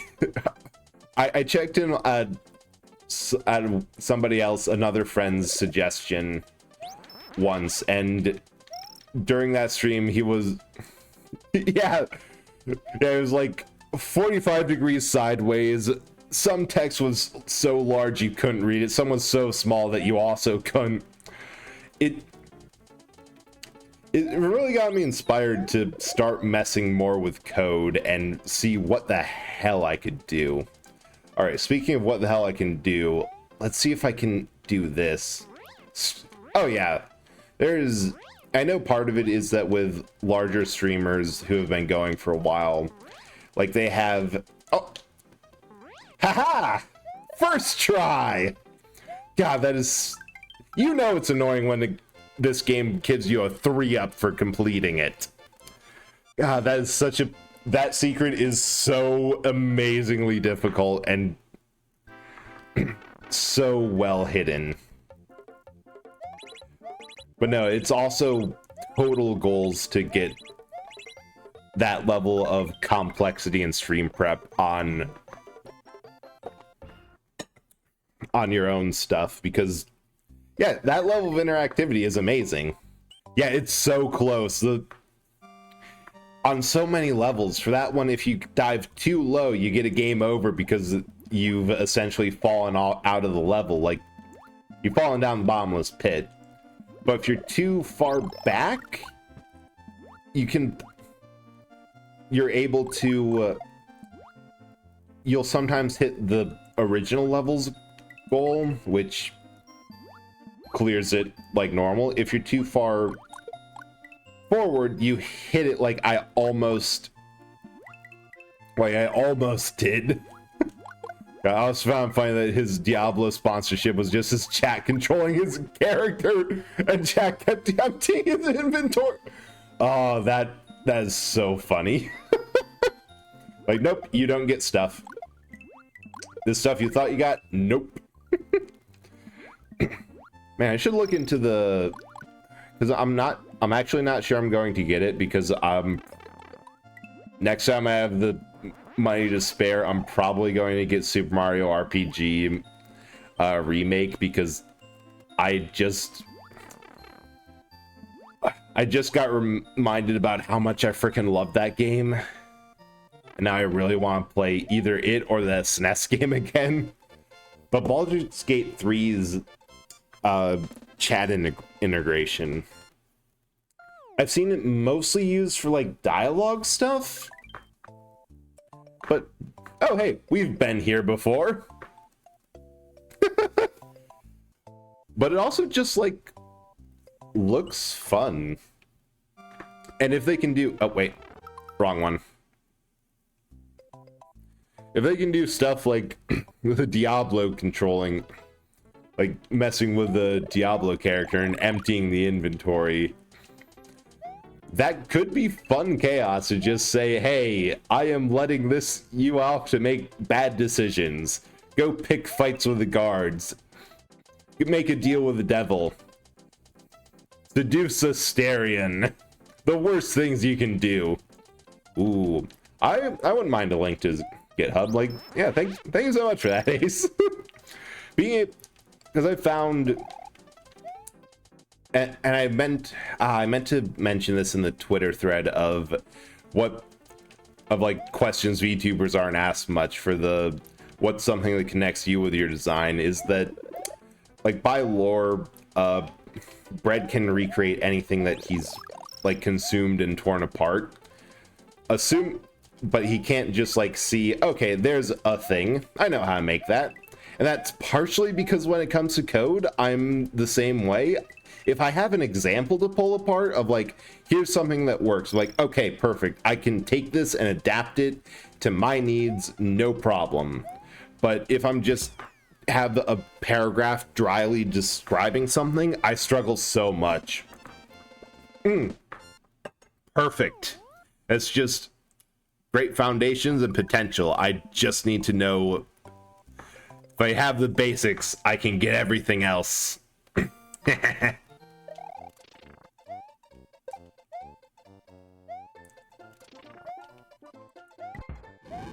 Oh shoot, I just remembered with the new emote, what I've been trying to do it just in general is, if I have an emote in one place, I want to put it as like a follower emote, and on Better Twitch TV, I only put it as a sub emote, nothing else. Oops.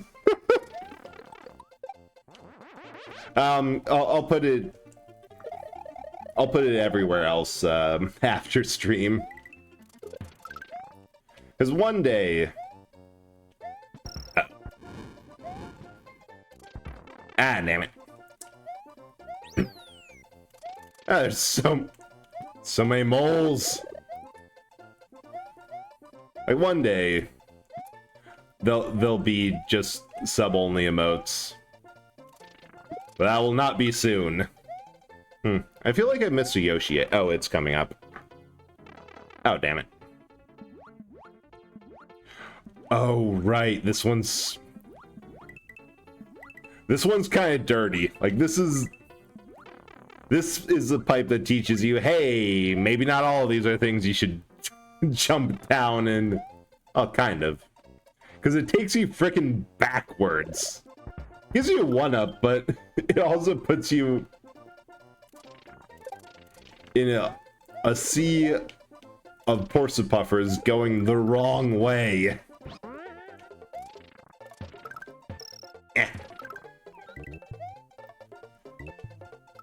Oh, there's this.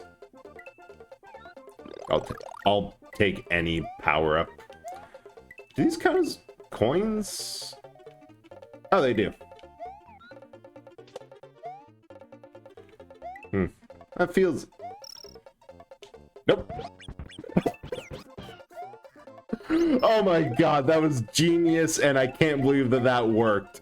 Because what was happening there is the fire was forcing me off the Yoshi, but the fact that I hit a block and was rebounding put me back on, using the block stop and the invincibility frames to fix it. Oh, thanks so much for pinning it as well. Ooh, Twitch plays code. Yeah, that'll be fun. That will be so much fun, and I'll take a look to see what I can get, what I can use that for. Thank you so much, because it... Oh, you've been a massive help with everything, Ace. Force of Illusion. AKA a royal frickin' pain in the ass, because every single level has two exits. They don't necessarily go to the same place. And if you... Some of them will cover the same path the same path. So if you don't immediately get every single one of them, I have had... Oh, and there's also slowdown there.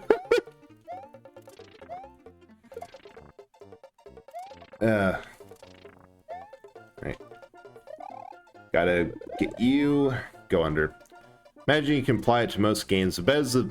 Yeah, that makes sense for it being a handler to deal with chat interactions where they type something in and then they're able to affect something on the host PC. God, Forest Ghost House is also annoying.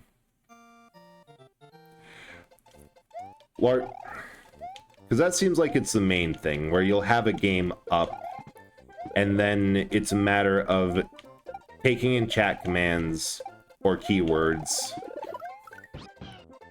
and then translating that to like some library of, if they say this, translate that to pressing and holding this button for X seconds, moving, or this controller input for this time frame. That's at least how I would do it. I'm curious to see if that is correct. And I love how no matter what port I've played of this game, because this is just on my Nintendo Switch, that section always has horrendous slowdown. Go ahead. Yeah, thank you so much for coming by and for lurking, Sith. I hope you have a good rest of your day. And actually, speaking of, I'm not entirely over my sickness. My throat does hurt a little bit. I'm going to go get a cough drop for it.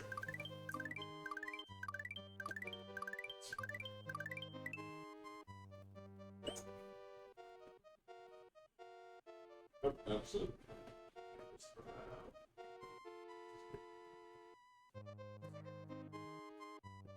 Falling over.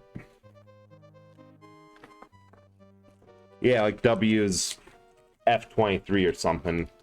Okay, I think mostly it could be very wrong from what I overheard because I can't read code. Chat inputs a word, it sets off a hotkey that happens in the game that's most likely remapped.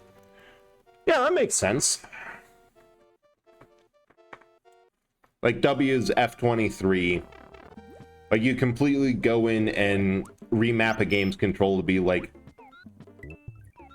as gremlin as possible, so that you have normal control of your keyboard, but chat can do something that would either be impossible to do, like remapping walk forward to Q plus P.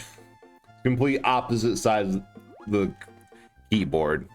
Yeah, it's a safe way to have chat have any sort of power because they're not... That's the other thing. You do have to be careful with Twitch plays to make sure that nobody is abusing access to your computer. Because ideally... Yeah, ideally you'd be able to make sure that only valid commands are being sent in and used. But you have to be... Yeah, his OBS things were just sources and there's no potential of anything else. God, yeah, that... Complete control of a streamer's OBS and being able to get, like, critical information like their stream key or just... Or hell, even like with OBS, that one is really gutsy, and you have to double check the security. Because if you imagine you like walk away for a break and like, yeah, just play around, and somebody figures out how to add a desktop capture source, puts in like the hotkeys to like alt tabs out, so it's just pure desktop. And then keyboard commands to just fuck everything up. For a man that's really smart to write up that code, though, he didn't back up his minor oversight. Not everything's perfect. He'll get that detail next time. Oh god, I would have done it on a. I would have completely copied my game screen, like my screens.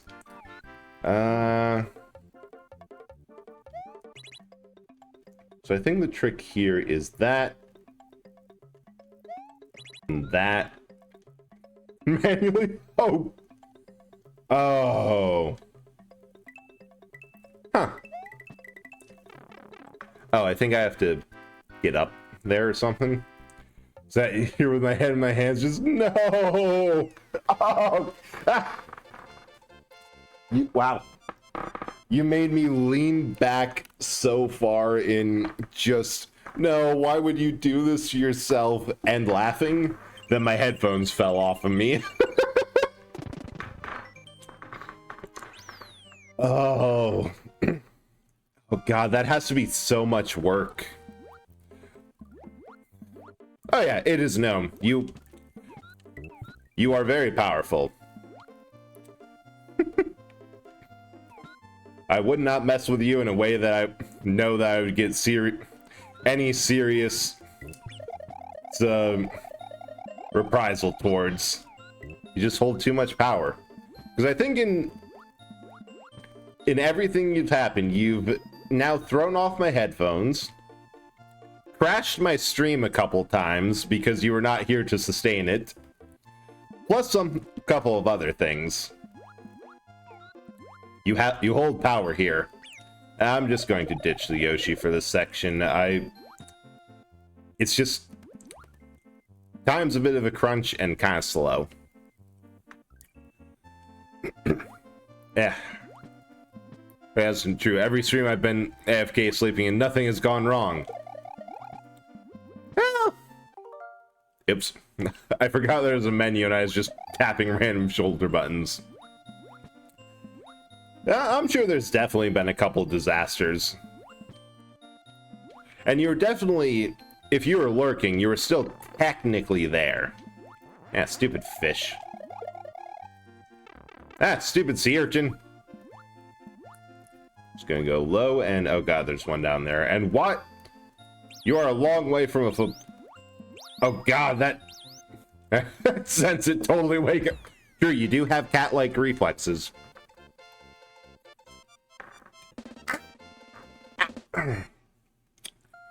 Fun fact. The only brand of cough drops I'll ever buy is Fisherman's Friends because they're about pure menthol and work like nothing else. Like they will fix you. However, they're also, oh, perfect.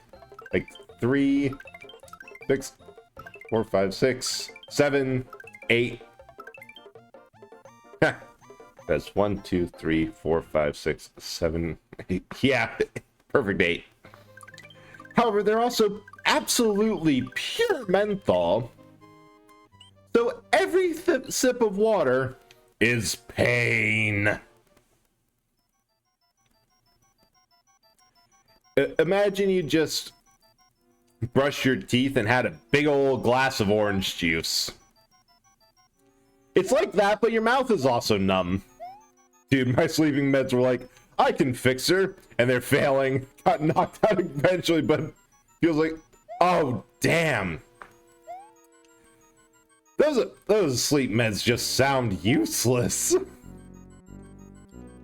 Like, yeah, they get the sleep part done, but not the rest, which is like...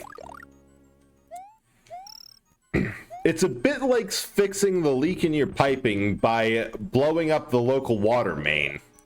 Like, technically it solves the problem, but not in a way that's useful. Introduces a whole new one. God damn. I have this feeling that my brain is just overly active or something. Yeah, I get that. Oh. Oh, I can get this. Excuse me. That is like my least favorite thing, and why I rarely, if ever, like drink any caffeine, because it gets to a point where I'm just up. If I have even a little bit of caffeinated tea before a certain point, I will just lay in bed staring at the ceiling. Sometimes I can even feel every single bone and internal organ working. And there's nothing to do until it works out. Okay, good. That one from the ghost house, it goes between 1 and the house, is the worst. Yeah, I can sleep, but yeah, that's the other thing, when your brain is still going on full overdrive. And damn it. And you wake up maybe not physically tired, but like mentally strained.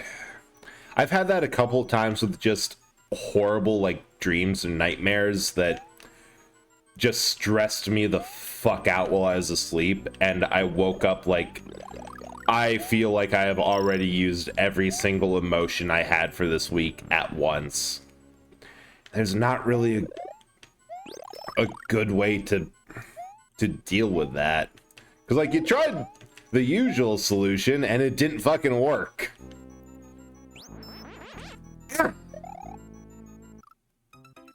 I could rewind, but I will not. Every morning it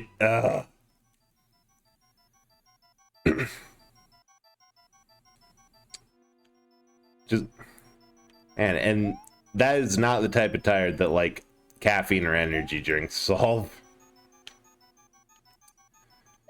And I really hope that you're either able to figure out like a type, whatever the base issue is, if it is something with nope, there we go,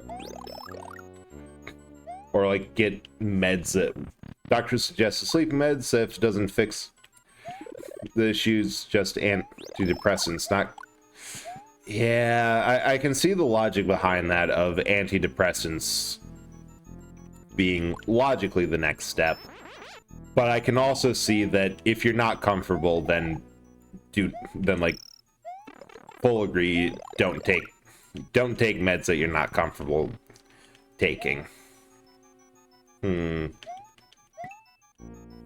Oh. Alright. It's one of two things for the actual entrance I can think of.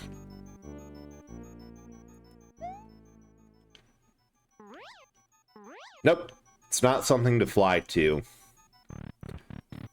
Just hear a lot of horror stories from them, honestly. I haven't really heard all that much about them, but mostly because I haven't asked. But I can imagine, just for my basic ADHD meds, swapping to them absolutely wears me out, and I can definitely feel a couple side effects from them. But antidepressants, I imagine, just for what they're trying to do, that they could be a whole lot worse.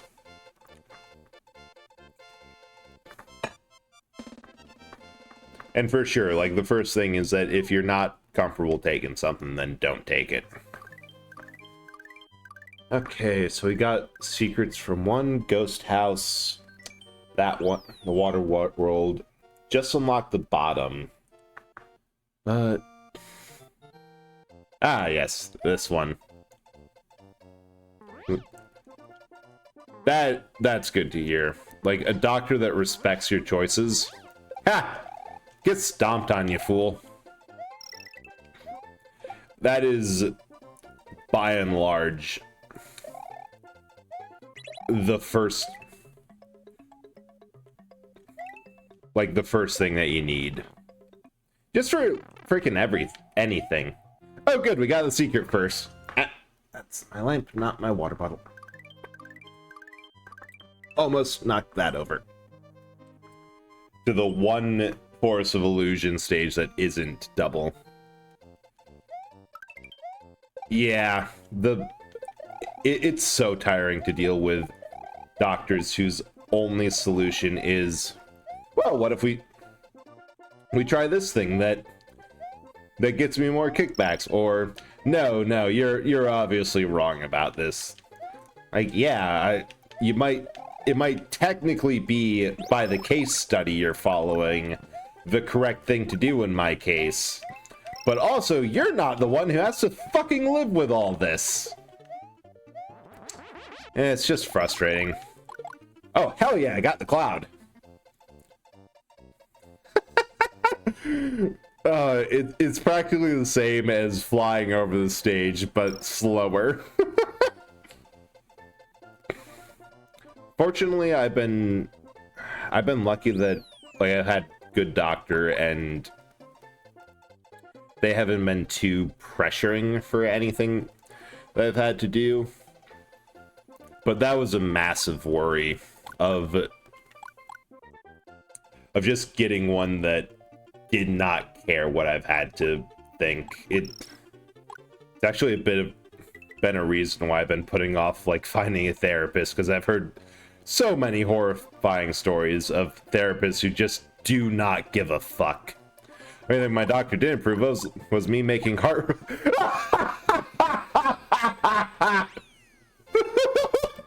In all fairness to your doctor, you just have to joke about that thing. Like, yeah, the heart doesn't work.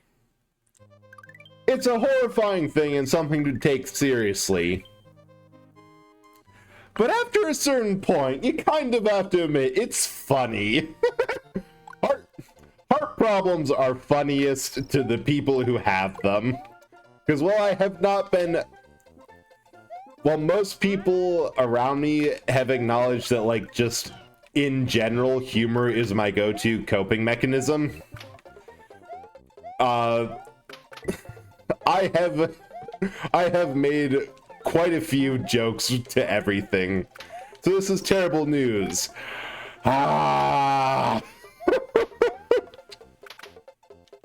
Yes, but do you not also see how this news can be funny? I think my family has once or twice asked me to stop, either explicitly, oh damn it, lost a Yoshi, but kept my life, explicitly or very much implied that they'd rather I stop making jokes about how my ADHD is actually just me microdosing meth. Because I find it hilarious that, on a couple levels, that the cure for, or the medical solution to ADHD is to A, microdose meth, and B, remember every day to take a specific amount of medication at the same time every single day, without fail. And, like, you don't find how funny that is? Like, really? Like, after I found out about the flatline, I'm like, damn, that's the straightest line I've ever able to draw.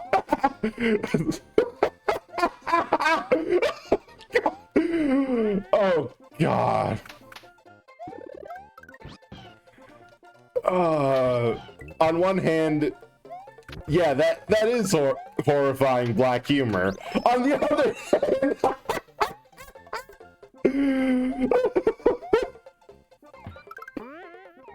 Nurses did not... Okay, but here's the thing. My cousin and sister-in-law are both nurses, and while my cousin very much agrees and wishes that she was able to just stab whoever she wanted with narcotics and knockout drugs, she has had to remind me every single time that, like, yeah, that would be fun, but also, legally speaking, a nightmare. And I have to remind her, yes, but you're also talking to the person who, every time something goes up with retail, says it should be legal for retail workers to just shoot one customer every year. Which, again, am I wrong about that? But the trick is to get ER nurses usually have a better sense of humor. Because the shit they have to deal with. Especially trauma. Like trauma nurses. Oh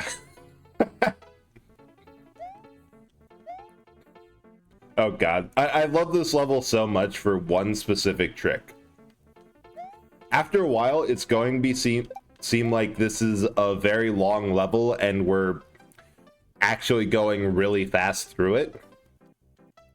Looking at the map itself, this level is pretty short. Like, there's nothing to it. It's just that the background rotoscoping gets faster and faster to hide the fact that you're actually going really slow and at constant speed on these platforms. Damn it.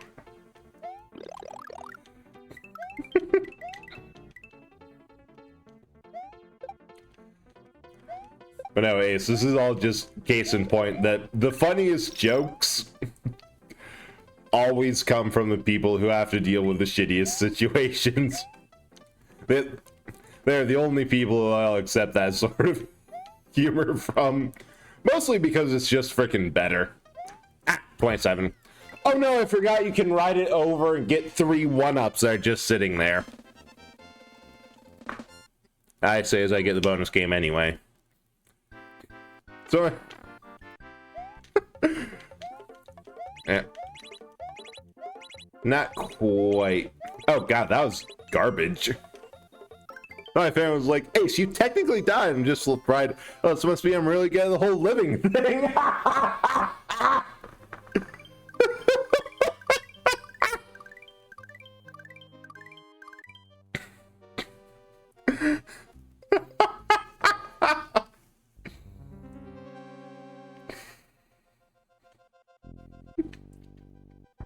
Can't wait for the ad break to be over because I don't remember who's subbed or not.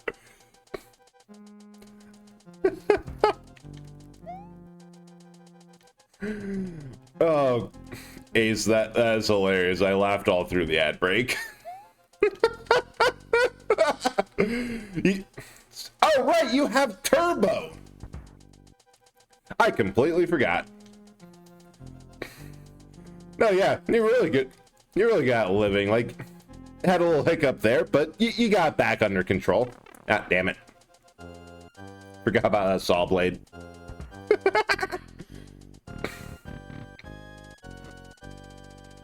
Oh, right.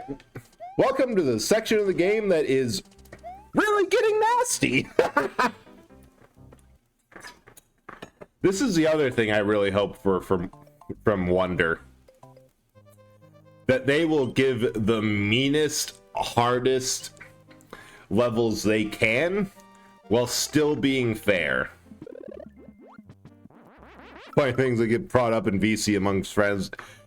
They sound so concerned about it. I just go, it happens. So I scare my family, especially my mom, so much with like panic attacks, anxiety spikes. Like when I'm just having a really bad day and like, yeah, I couldn't function, couldn't sleep, just kind of laid on the couch, broke down completely, just like stared at something and been so tired and haven't been sleeping well. Massive panic attack. It just happens. I say the same thing and that I accidentally did it in the description. And they get so concerned, like, well, do we need to try this? Do we need to try this? We could speak to the doctor about it. I'm like, nah, it's just a thing that happens. Nobody knows why. You just gotta deal with it. Like, you learn to deal with these absolutely awful and kind of horrifying scenarios because you're used to them. Yeah. Yeah, the best way I can describe my mom is long suffering due to... Ah, damn it, I thought the invincibility would last. You gotta, like... Oh, I guess we're going small.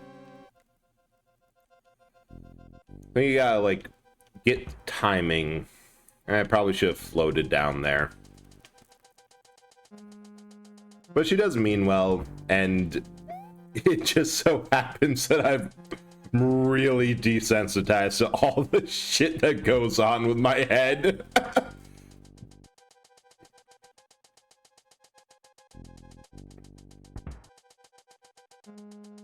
Suppose that's like the only options. You either learn how to deal with it and handle these things that anyone having to spend a day in your brain would just buckle and break under the pressure to. Just because, well, it's gonna happen regardless. That's how you do it.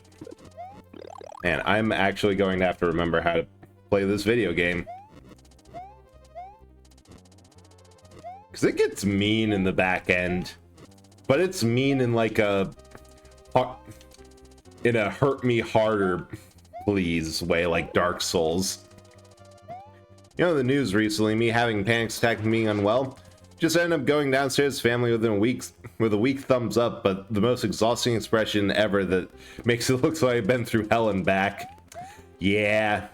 And like, in a sense, you kind of have. It's a whole hell just all within your mind. But you do the best you can, and you just kind of get used to it. Like, it's part of it getting easier is you get a I lived bitch attitude.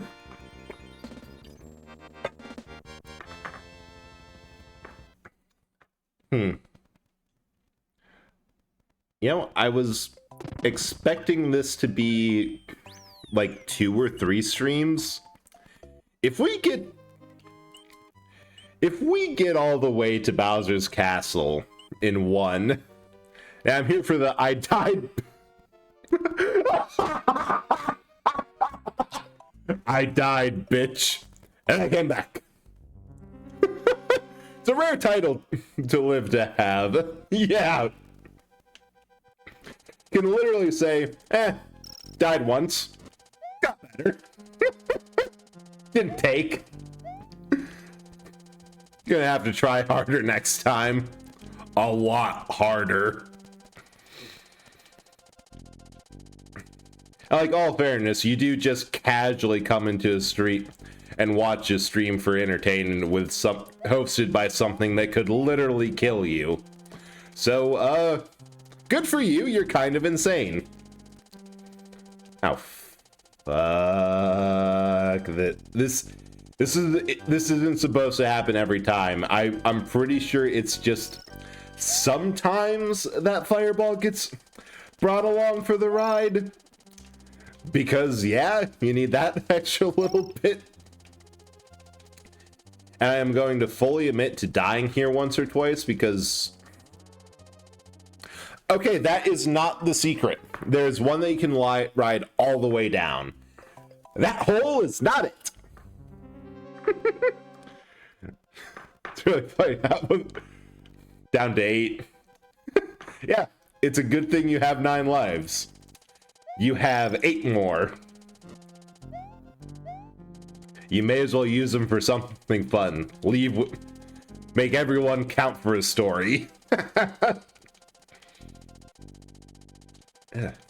Now I'm thinking I really should have like brewed some tea or something beforehand because my throat is getting rough. So I need to avoid bread roll contact today. Honestly, like probably a 5. Nope. It's always supposed to come with you. It's just not usually supposed to do that.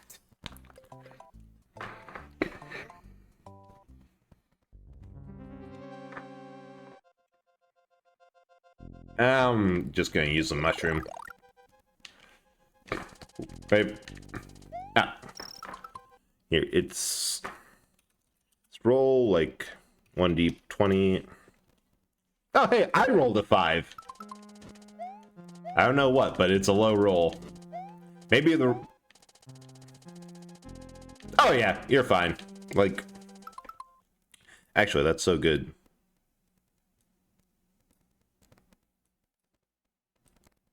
I am further away than normal. A bit lower. There.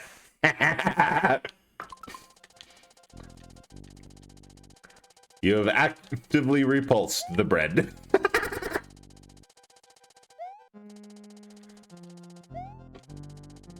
Man. Maybe I should do this more often. So much space in here. If we got nat 20, I would automatically... Ow. Damn it, I'm glad I took the mushroom. I would automatically switch bodies. Like, that is just perfect. Wait! I completely I am so sorry. I just realized that I forgot to change the channel point redeems, and that there. Yep, mitosis. So that's different body. If anyone ever sees that and like, hey, where is the cheap mitosis? Damn it, I was not under that. Well, I was, but eh. But yeah, if anyone's wondering where that is and it's not there, I swap it every time for the collab, but I usually forget to swap it afterwards or before stream. So please let me know if you don't see a reward that you think should be there. Or hell, actually just, like, suggest one.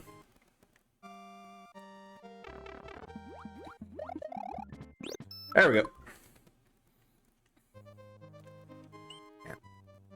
Yeah, Castle 5 on the back half. Yeah, we're actually in the back half of the game. They start getting mean. Like, the point where you have to go back and get power-ups. No, you give me brand new streaming ideas. Oh no, how horrible. How horrible that you've been burdened with this inspiration and now have to activate on it and bring new, fun, exciting content that people will love. Absolutely awful. Good luck. Okay, that's what it is. You want to be far forward so the fireball doesn't get caught. Because of backwards ricochet. Ah. Ah. Getting too bold.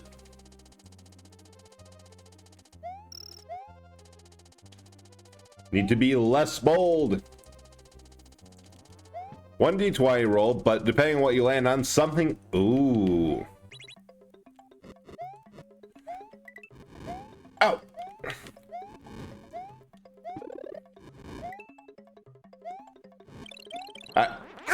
No! And user can only use it once per stream. Ooh. Yeah, you could set up... So I think what you can do is if you set it as like a... If you set it as a Nightbot command, like I have my role, you can set it to be broadcaster only and use the same setup as your gacha redeem. Actually, hell, you could just retool the gacha redeem, because that's a random number from like 0 to 370. I think use streamer bot for that. All right.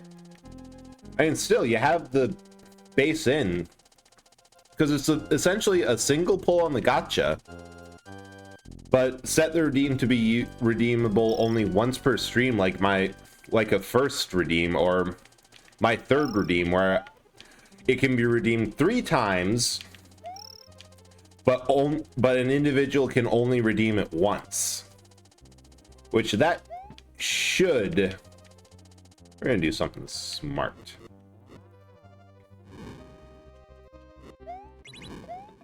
Haha. Oh no! Learning how to make it link to events at play. I think the biggest thing is to figure out what events will be in response to that and like what the brackets are. Because if it's something that pops up in chat, I do have a bot that that will link to it and could help get that set up for, well, there's probably a more elegant, wait, no, I know what you can do. Because I know for Nightbot more because that's what I use. But you can put in like absolutely anything. Like I should. It's just that when I started, Nightbot was like the thing that all my friends and everyone I knew and watched used. So I latched onto that.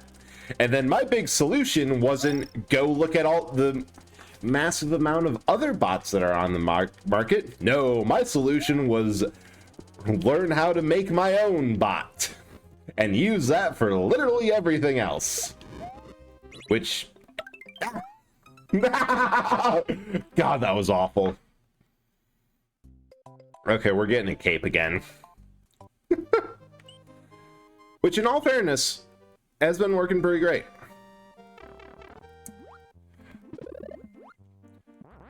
But I kind of wish that I checked out some other ones. But no, I know that it is possible to have commands played instead of, like, I could set it up so the dice roll didn't, instead of being like roll a d20, it could just be anyone typing in roll like that. So what you could have is that it outputs a custom message of like, you got whatever number on this, and then have up to 20 custom commands of searching for, like, you rolled a 1, you rolled a 2, you rolled a 3, and have those move into other triggers for things. Or like if it's a model toggle or model thing, tie it directly into that. Oh, hell yeah. I'm in the mood for workshopping. Okay, this is good. It's not bouncing back, so I can survive. Because the one good thing about my experience with code, I have a lot of practice with thinking of in terms of if this, then that. I think that was actually the first thing they drilled into me, like logical sequencing of events. It helps a lot for just setting up stuff for streaming, actually. Because after a certain point... Oh, good, and I was going to say, we don't have to... Ow! That was so cheap! And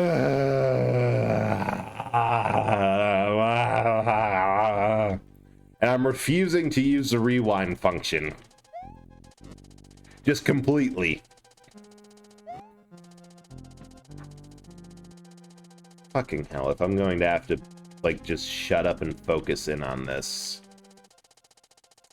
I hope everyone's enjoying Castle 5. This might be a minute.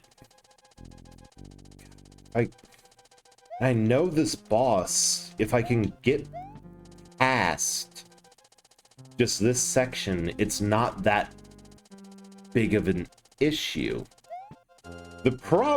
Which makes sense because this section is hell on a stick.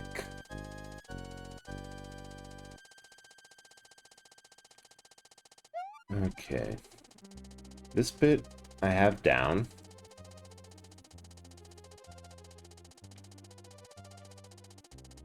This next section, I do have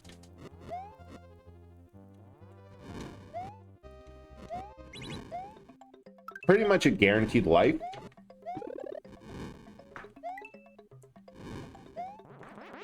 And cape. Ooh, that was handy. Yeah, the door is right the fuck here. And it's Morton, I think. Who reuses... Yeah, I got him without him attacking... That's one of the easiest coupoling patterns in the game. Oh, it makes sense that they stuck him back behind an absolutely hellish castle, but God. Anyway, rage over. Now we can go on to the next world. That's one of my favorite castle explosions. Oh, that one was Roy, not Morton. Morton was the other one, I think. Donut Plains, Castle 2. Anyway, on to the dangerous but tasty Chuckle Island. Yeah, and then after this, we just... all that's left is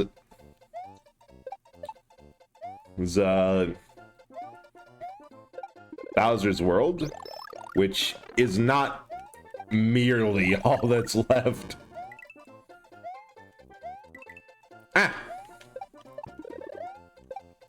That's gonna be helpful.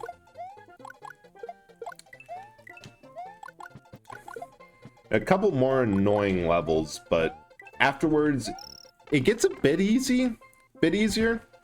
The problem isn't that they're hard twist. Well, they're straightforward, just tough.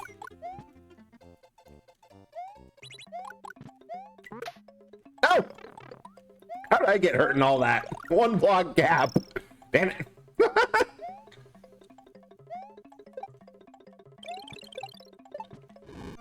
Oh, why did... Oh, that actually worked. I'm gonna ask, why did you have to be a flower, not a leaf?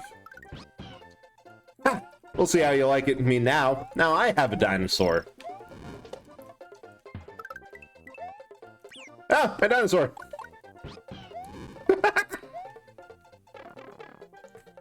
Honk. I'm sorry. God, that was... I don't know why it seems every time I get fired out of the cannon, it doesn't quite give me enough speed that I should. Anyway, the ghost house.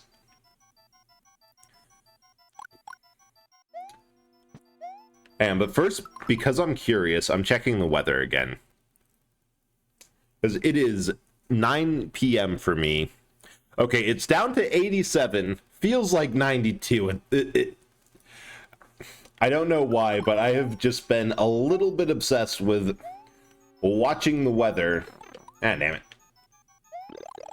And seeing just how high it gets. Damn it. Also getting to the point where platforming is actually a bit annoying without a leaf or a feather.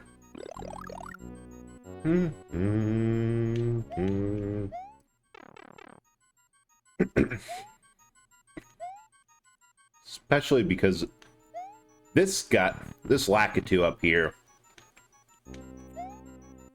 is... That Lakitu is a problem for...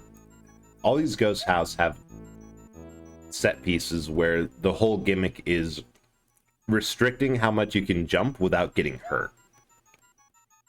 Which is genius for a game about jumping. Also, come on!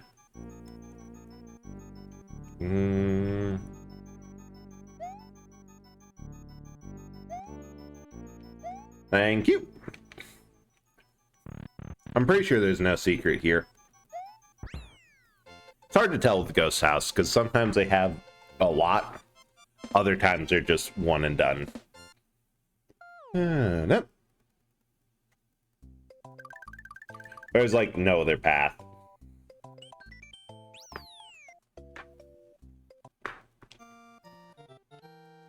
Ah. Right. And this one... Caution, gonna BRB for a few minutes, so I move my lazy ass to bed. By all means, like, hopefully... May you have a safe trip, and enjoy the bed.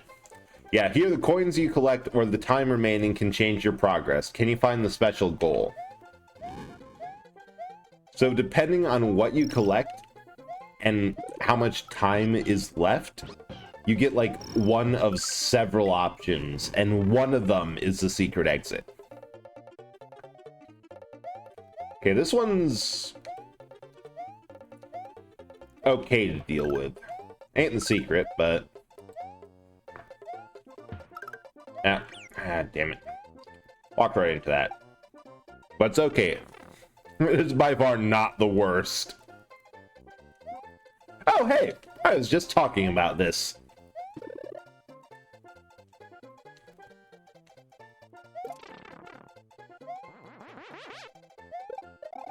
Baseball hell.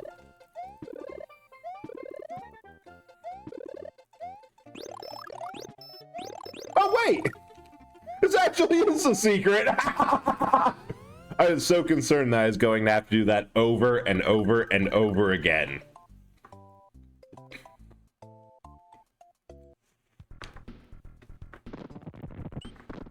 Oh, here's a chocolate secret.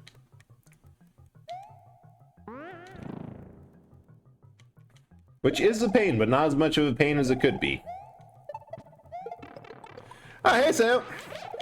Hey, how have you been doing? I really wish I had more of a chance to lurk in your streams, because especially once you've been, I mean, just in general, but especially because you've been playing Wind Waker. Like, I hope that you've been having a good time with that. That is, oh, damn it. And I'm just dead.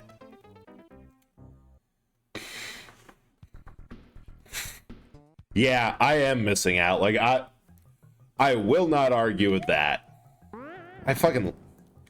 Yeah, I still feel bad, because I like to be able to... I'd like... Oh, damn it. I'd like to be able to, like, watch everyone's stream if I could. But especially Wind Waker, because that was the first game that I streamed at all, and I just love it. You know, it's a good game. Also the first Zelda game I ever played. I'm glad that you're having a whole lot of fun about it, with it. Where about in the story are you? I think... Hell yeah. You know what's up. Best Zelda right there. Just bar none. So much personality. It's almost a shame that Zelda has this weird thing where every time they release a new game that it's received kind of poorly, but the previous game that when that one was released was received poorly is suddenly like, no, this one was fine, this one was good, they should do more like that. Because that's what happened with Wind Waker, and that's kind of why we got Twilight Princess how it is, because everyone didn't have the greatest things to say about Wind Waker, so they went back to their roots because it's so far out of left field, and made Twilight Princess to be what I kind of feel is an unofficial remake of Ocarina. Oh, that's gonna help. Spend today checking out the other islands and filling the sea chart. Hell yeah. That, I kind of wish that I had when I started streaming, that I had the confidence to do a couple streams of just... Oh, damn it. Of just filling out the sea chart and doing side questing. But as a new streamer, I just didn't have it in me. Like, it was a learning experience for sure, but I was struggling a bit. So I finished all the Triforce quests off screen because I had a very, very immediate lesson of streamer burnout and why you should not stream when you're exhausted, even if you promised it. Of course, this was also almost more than a year ago. Like, very first stream, baby streamer. Nope, not taking that. Stop. Oh, right before meeting Jabun in the third pearl. So, are you in the... Have you gotten the bombs yet, or is it just before that? I was different when I started because I was already familiar with how streaming generally works and knew what I wanted to do as a streamer. Yeah, and I just... So you're in the middle of Eternal Night. Oh, that is the perfect time to just fuck off and side quest. I love it. Yeah, I was watching, like, Twitch streams for a long time. well, not a long time, like a couple months beforehand. But I knew how it worked. The problem is introversion, anxiety, and awkwardness, which hit me hard. So on my own, yeah, oh yeah, the streamer anxieties, I feel, don't really go away. They just become different. But you're giving it your best shot, which is what matters. Like, that's all you can really ask for from streaming, that you're giving it a good honest try, and you're hopefully seeing some good results from it. Yeah, streamer anxieties don't really go away, they just kind of become different. This section in particular, it's easy to do, but that might happen. Watch it, yeah, if watching a favorite YouTuber stream and dropping some advice for new creators, yeah, it shows you what you can do with your own thing. And I will admit, quite a lot of people that I met and to still try to keep up with, I started watching their streams because I wanted to see what they did and absorb their power. Like, I legit took notes when watching several people, like several old friends when I first started out. Because they just knew what to do. More than me, who knew nothing. I honestly think that's some of the best advice I can give for, like, new streamers. Of find someone you like how they do, watch them, talk to them, try to figure out how they do it, and if you have the confidence, maybe just up and ask them. Yeah, everything. Yeah, and that's a huge thing. Have fun and everything else will follow. The biggest thing is that you're enjoying yourself. Like, number one thing. Oh good, this is a legit exit. Ah! Enough dragons to slow down my screen.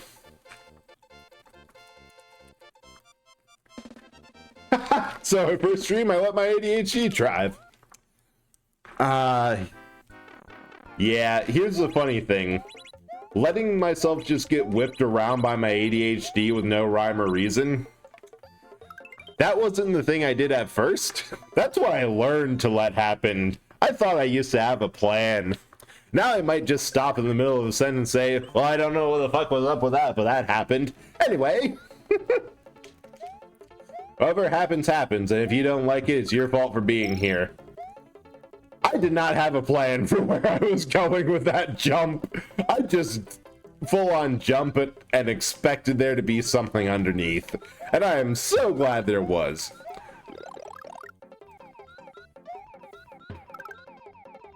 Oh yeah, this is the fun part about Yoshi, that...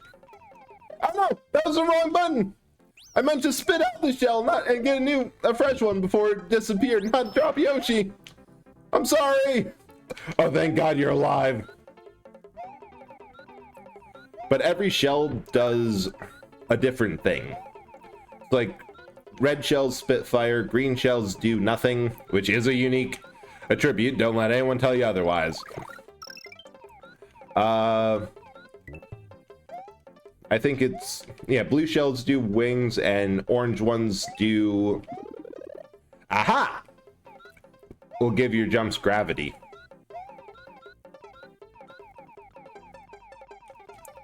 I'm just gonna fly to the left.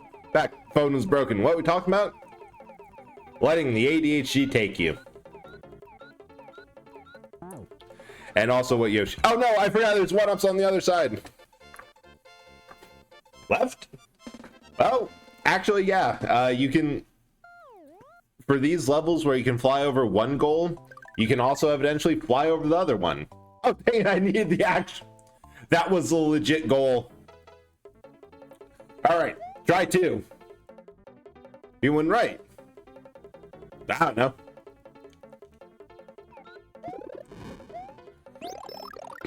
Look, as I said, I just let my ADHD whip me around, and whatever happens, happens with no real explanation. I already don't know if I did say left or right. Review the VOD and prove me wrong if you think you can. However, know that it probably won't work. And, oh wait, I think I know what it was. Yeah, I just tend to get left and right confused every now and then. It happens. Nobody knows why. Yeah, if you're new to my channel and you like what you see, feel free to stay.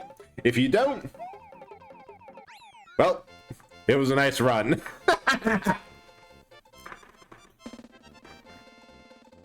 Follow at your own risk. Coward. That secret exit is, or that secret exit hidden in plain sight is just for that.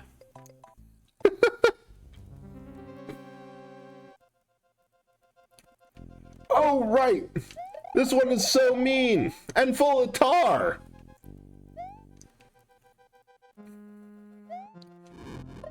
Like, one of the few that I'll say is almost impossible without a feather. Without two. Yeah, that's what we were talking about. We were talking about how, like, early streamer anxieties and how you kind of have to just learn what you're doing as you go along. Damn it. And how, honestly, the anxiety doesn't go away. You just learn how to deal and cope with it. Especially because how, like, with my first streams, I just didn't have the skills or confidence to do all the extra content that I wish I could. Yeah, in spite of my own anxieties, I came to stream knowing what I wanted to do. Which is a big help. Oh my, yeah, your anxieties do kind of go away, but there's always other things to unhealthily fixate on. That's why I had to learn to stop looking at, damn it, at numbers. Okay, no, it's not this fortress that's impossible without a feather. It's the castle. Yeah, the thwips. The first, I used to call them thwomplets, and I think that is unironically the better name. But they're so cute. Hello, Reznor.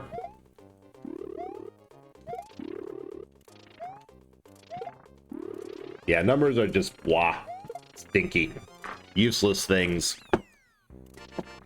They, well, actually no, they're not entirely useless. If you're hyperfixating and judging like your work, yeah, just if you want to stream for fun and have a good time, they're not really that helpful, and it's really easy to get them shoved into your face. And for you to fixate on like, oh, that stream didn't do the numbers the last, or I'm bad and this is awful. Wait, do what?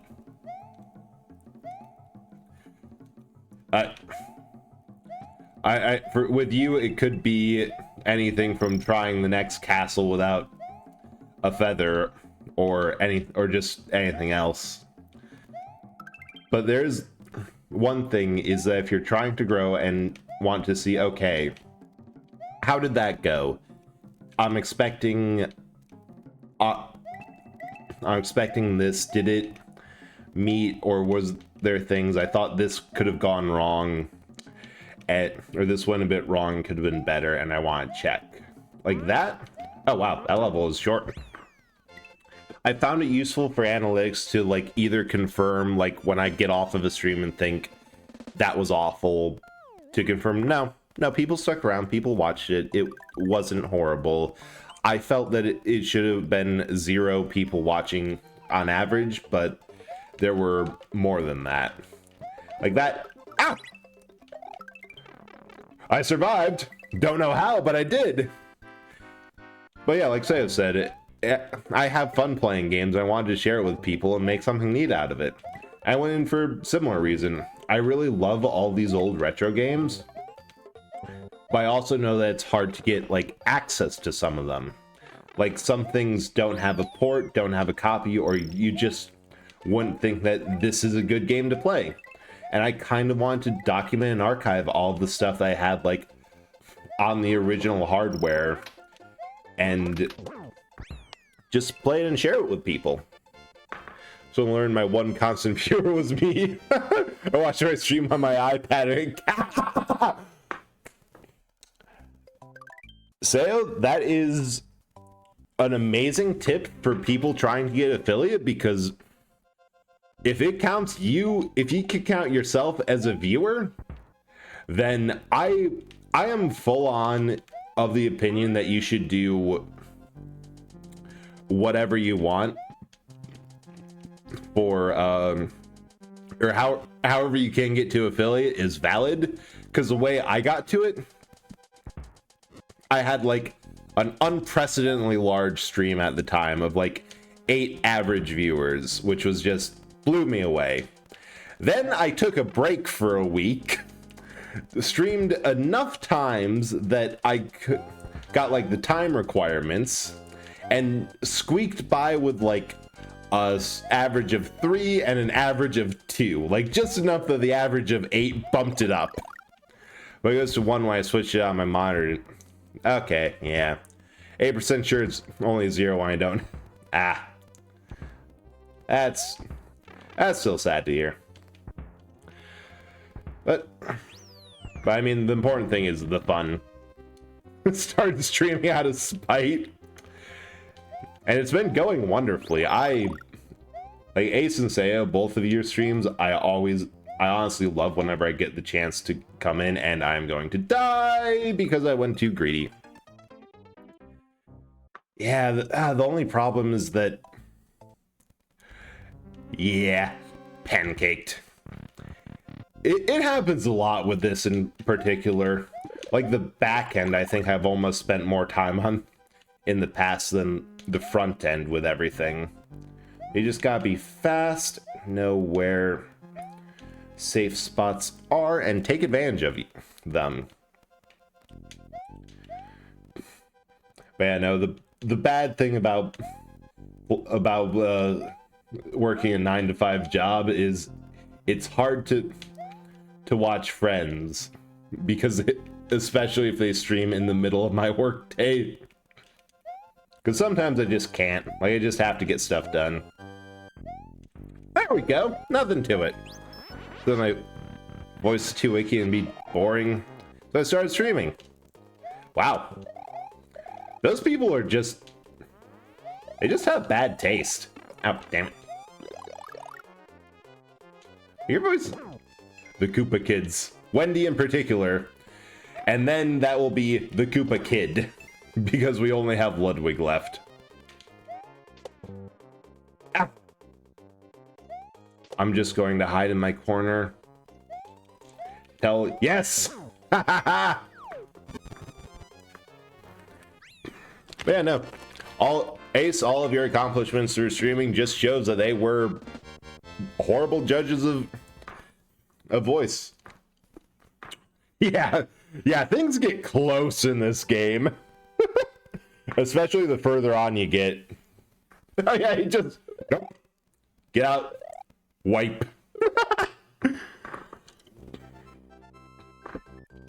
You kind of just have to unga bunga. Couldn't care less about them, to be honest. Hell yeah, the correct opinion.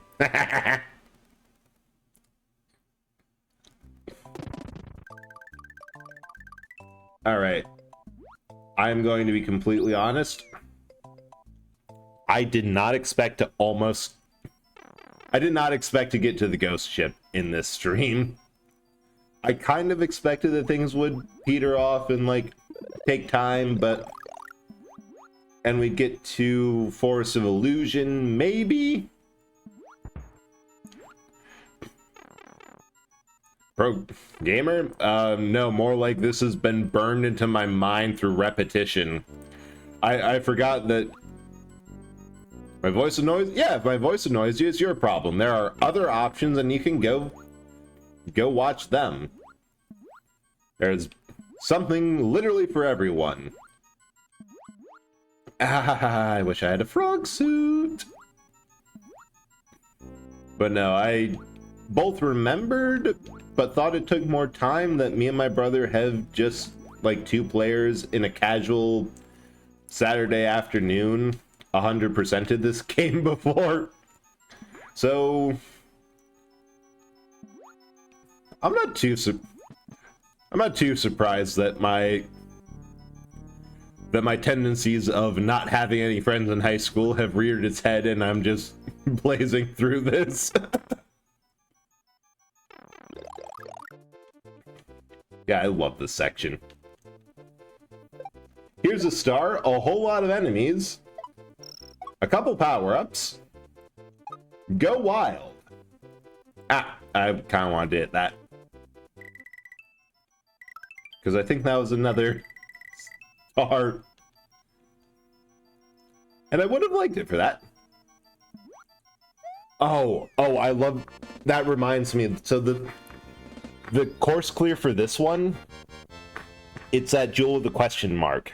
And the theory goes for it is that this sunken ghost ship was...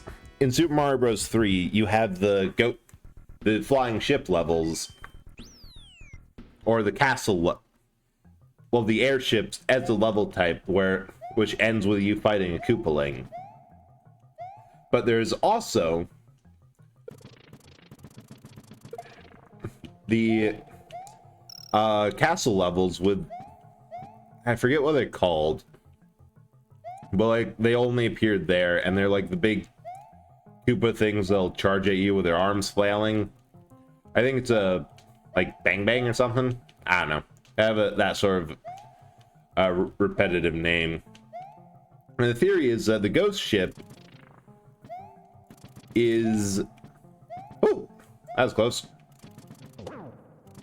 Is one of the airships that crashed with one of the castle mini bosses on board, and you are fighting the souls of dead yet still loyal Bowser minions.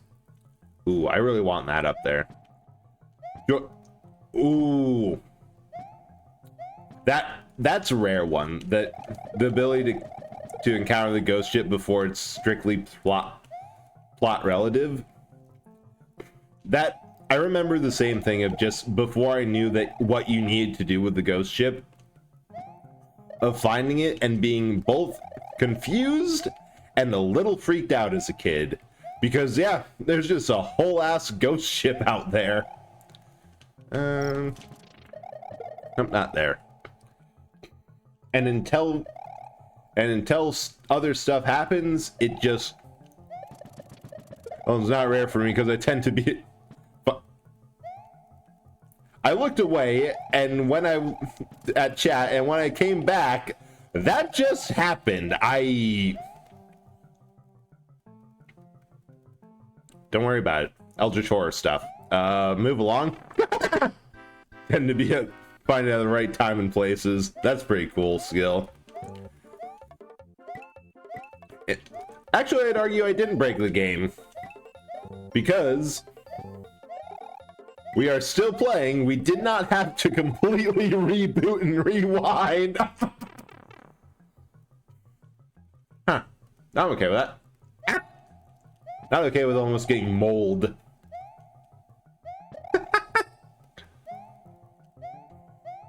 Nope, not the top. It's here. Kind of. Look, sometimes the game just breaks. Well, yeah, Monty hits different in Super Mario World. He's kind of a big deal. I don't know if these are like like King Monty moles or something else. 64, he hits me with rocks. So I think for 64, that's actually not Monty Mole. That might be like a... no, they are Monty Moles. There's like a subtle difference between a Monty Mole and a Rocky Wrench. The cool Monty Moles. I think 64, they, between hiding in holes and throwing stuff at you, have a bit more in common with Rocky Wrenches. Which, you know, started as Monty Moles, but then between bad translations and just regional differences, they're the same.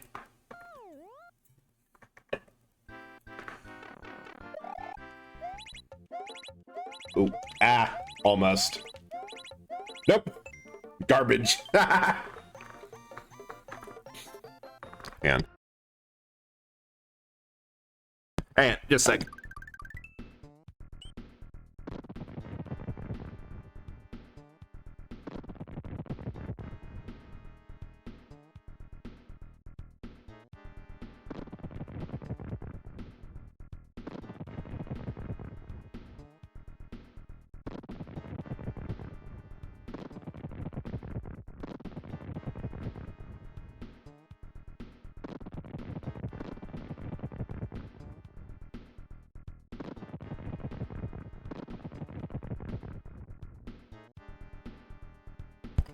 Hey, back. Just had to take care of something quick. Wow. I swear, if Super Mario World is a single stream game, for whatever reason, and this might just be childhood nostalgia and the like, I could have sworn this game was a whole lot longer. Some research in the right. Oh yeah. Okay, that makes sense. The only difference is that they are Rocky Monty moles, but Rocky wrenches are a specific subspecies that happens to throw wrenches at you. They do share the same design. That is true. In case you want to skip, you can just grab a Yoshi and hop on those wings. Just a quick little quick little section that you can't lose to. Oh, yeah, they do pilot the vehicles in Galaxy. That is true. They have them on. I mean, they share the design, so. But the Rocky wrenches are just a technically advanced version of Monty moles. I fucking love the creature design in Mario games and like Nintendo in general. Like, it's one of the only series where you can say, like, no. There is specific nomenclature and color for if an enemy will walk off a cliff or not, or if he'll turn around. And, okay, these are the engineer class of moles. These are just casual moles. There is a difference.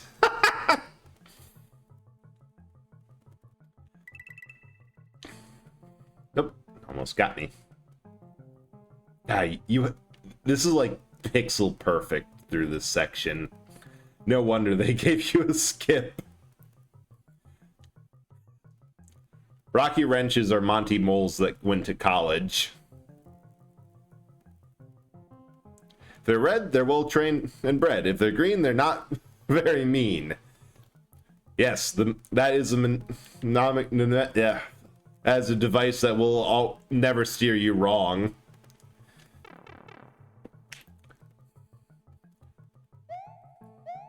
And then up and over. They fly and are blue, they're the ones who come after you.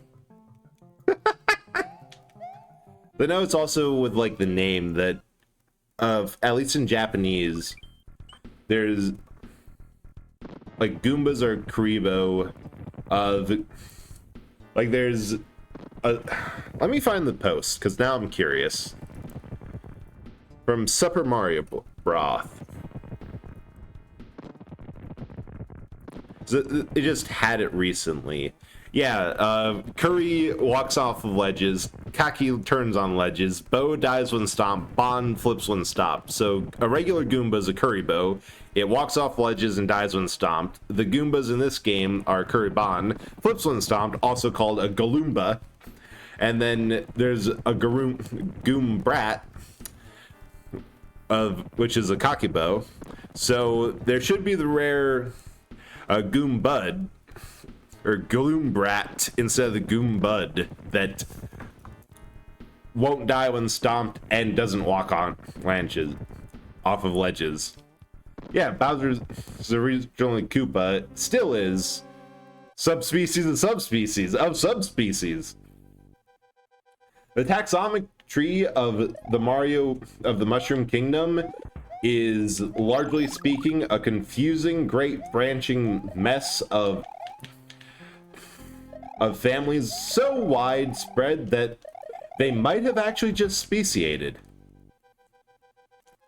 I think technically for the US release, it's Bowser's full name is Bowser Koopa. We're just on a first name basis after all of these years. Oh god, I hate that section. That one is where it's the most nerve-wracking.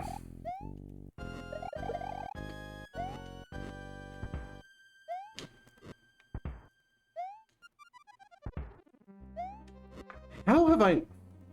There we go. That's where I always die. I was just going to ask, how have I not died? Ask and you'll receive.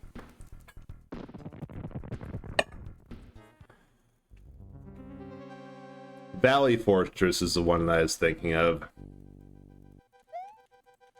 This one is just plain mean, but also, say it with me, burned into my brain. No!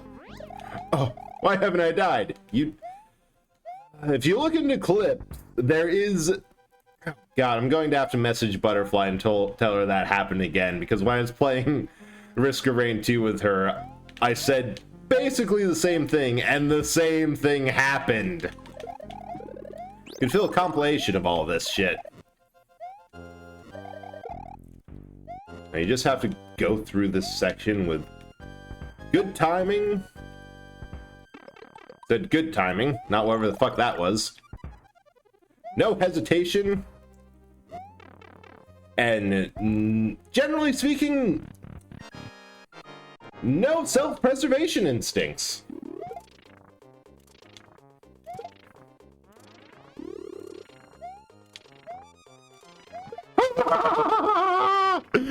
How the fuck did that work?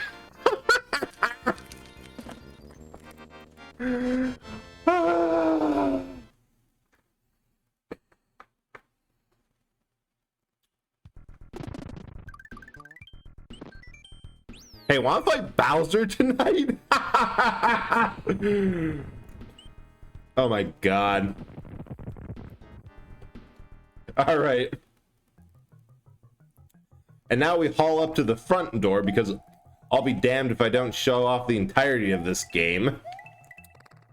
But now I can at least, in an odd way... Of course. I can guarantee we will fight Bowser at least once before the night is up. Why? I don't know, I guess because it seemed like a fun idea at the time.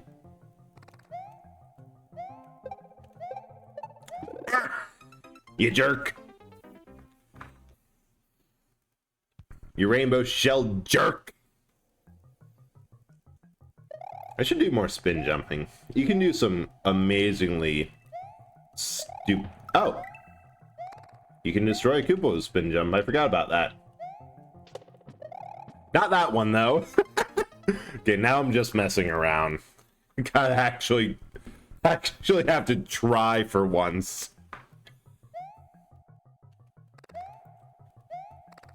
At least focus, because this section is just a whole pain and a half. Without power-ups.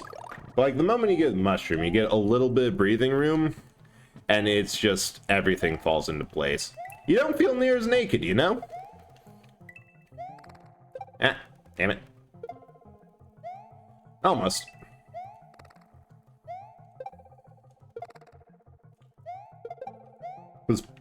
That's for a pain.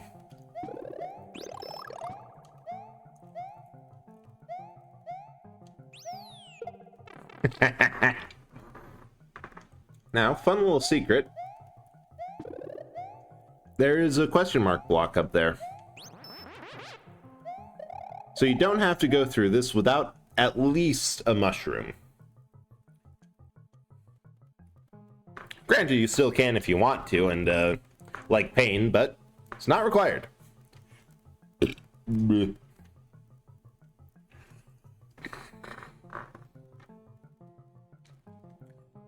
All right. After this, I won. I'm still amazed at how fast I ran through this stream or this game. Because now I'm thinking that after this we have the special worlds, the Last of Star Road, which we can finally complete.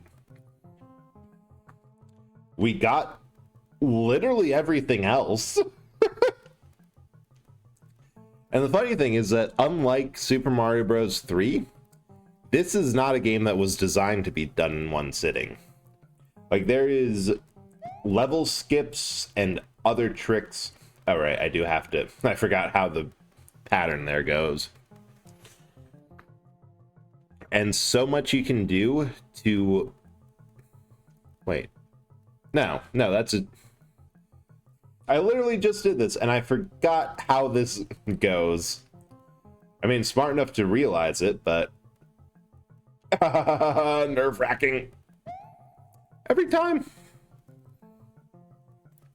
But, like, this game has save points. If you can go to your favorite or easiest ghost house you want and just save at any point. With the checkpoint system, you're very much expected to play this, come back to it over and over again. But if you know what you're doing, levels have 300-second timer, which is like what? 120, 240, 5 minutes? Which is plenty of time. There we go. To just frickin' do the level. Ah!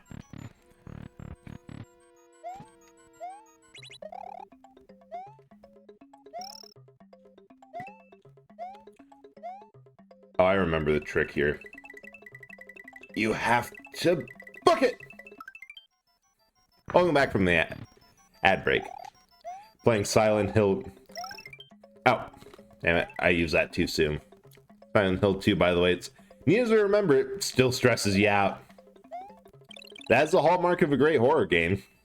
One that does stress you, Yeah, you gotta use that to get up to the keyhole there. A good horror game should stress you. Ah! Wrong way!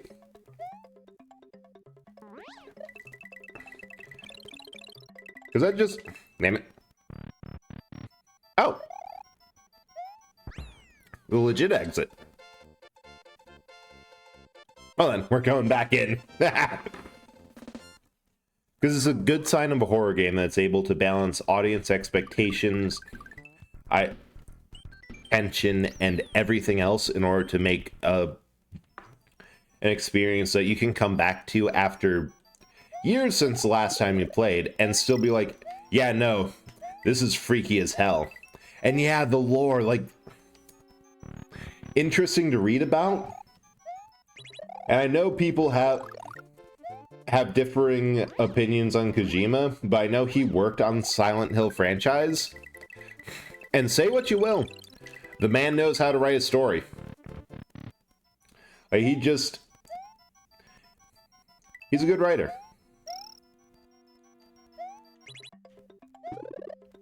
Okay.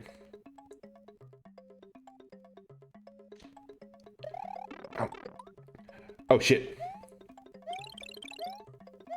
Ah! I did it too early again. Build the staircase with coins first. And then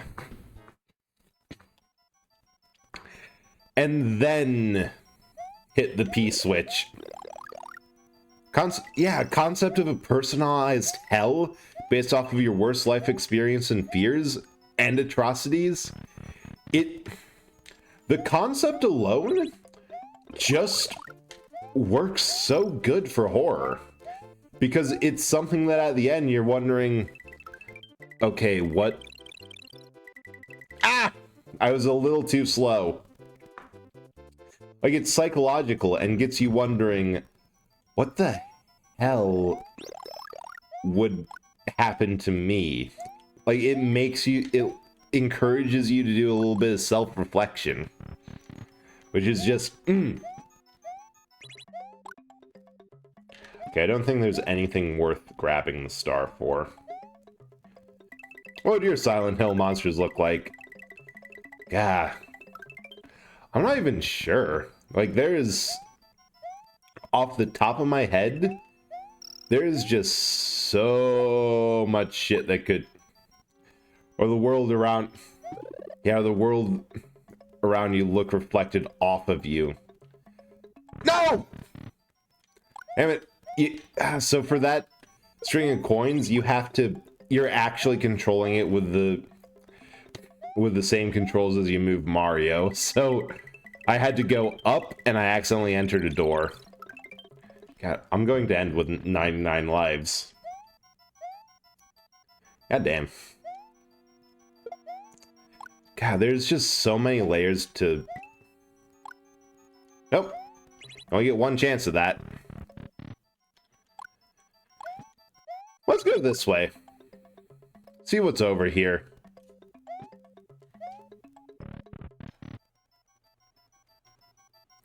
Oh. An easier way. Alright. I think it was second 2 that got me out.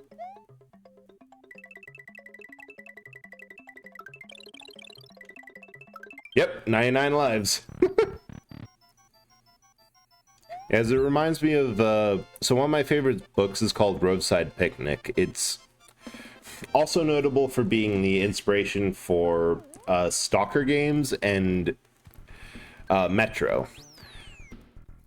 But it also got a movie adaptation where the whole story revolved around the promise of this wish-granting artifact in the center of this highly anomalous disaster zone. But in the movie specifically, and the other cool thing that Stalker as a series does is every adaptation of it is a little bit different. It's not the same story. It's the same core of an anomalous zone and the promise of granting wishes at the center of it. But each time is just a bit different. Okay, I am actually just going to rewind off of that because I ain't got no patience to...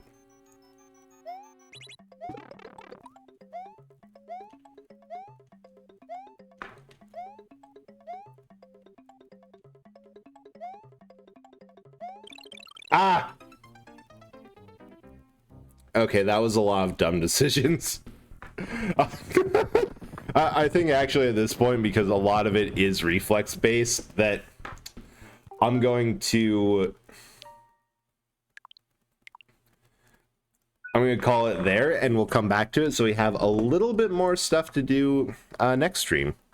But as always, thank you so much for coming by. It was so much fun to talk to all you and share one of my favorite games of just all time. I absolutely love the Mario series, and I'm just so glad that I was able to share it, especially with the news that Charles Martinet's stepping down.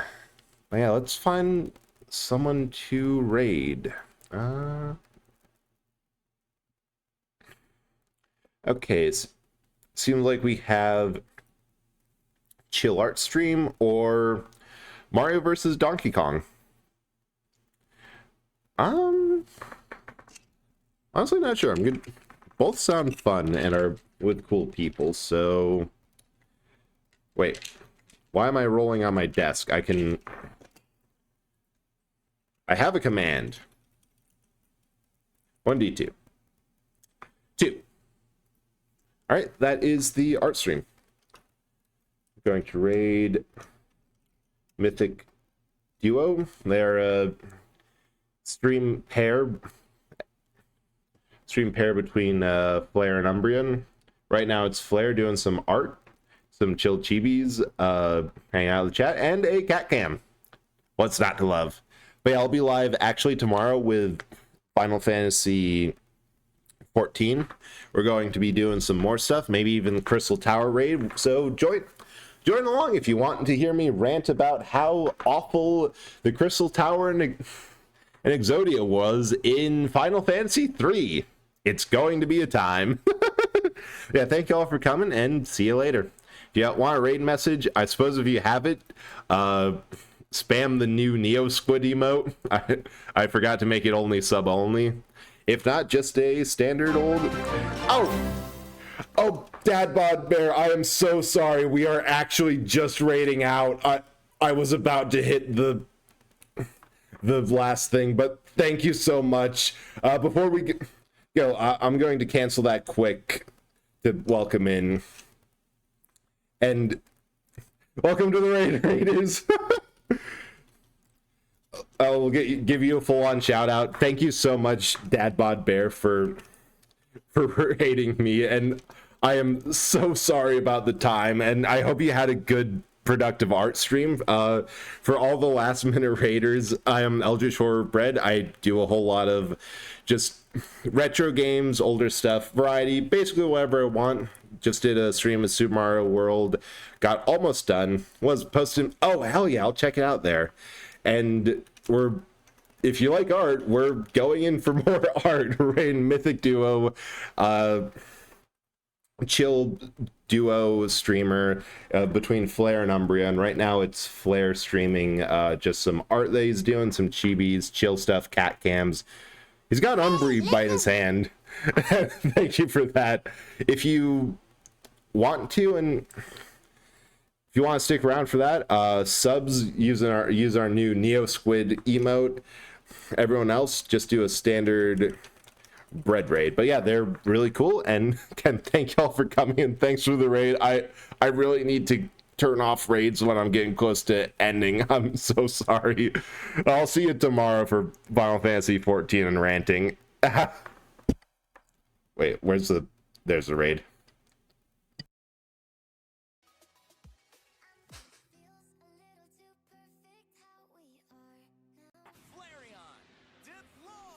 Dad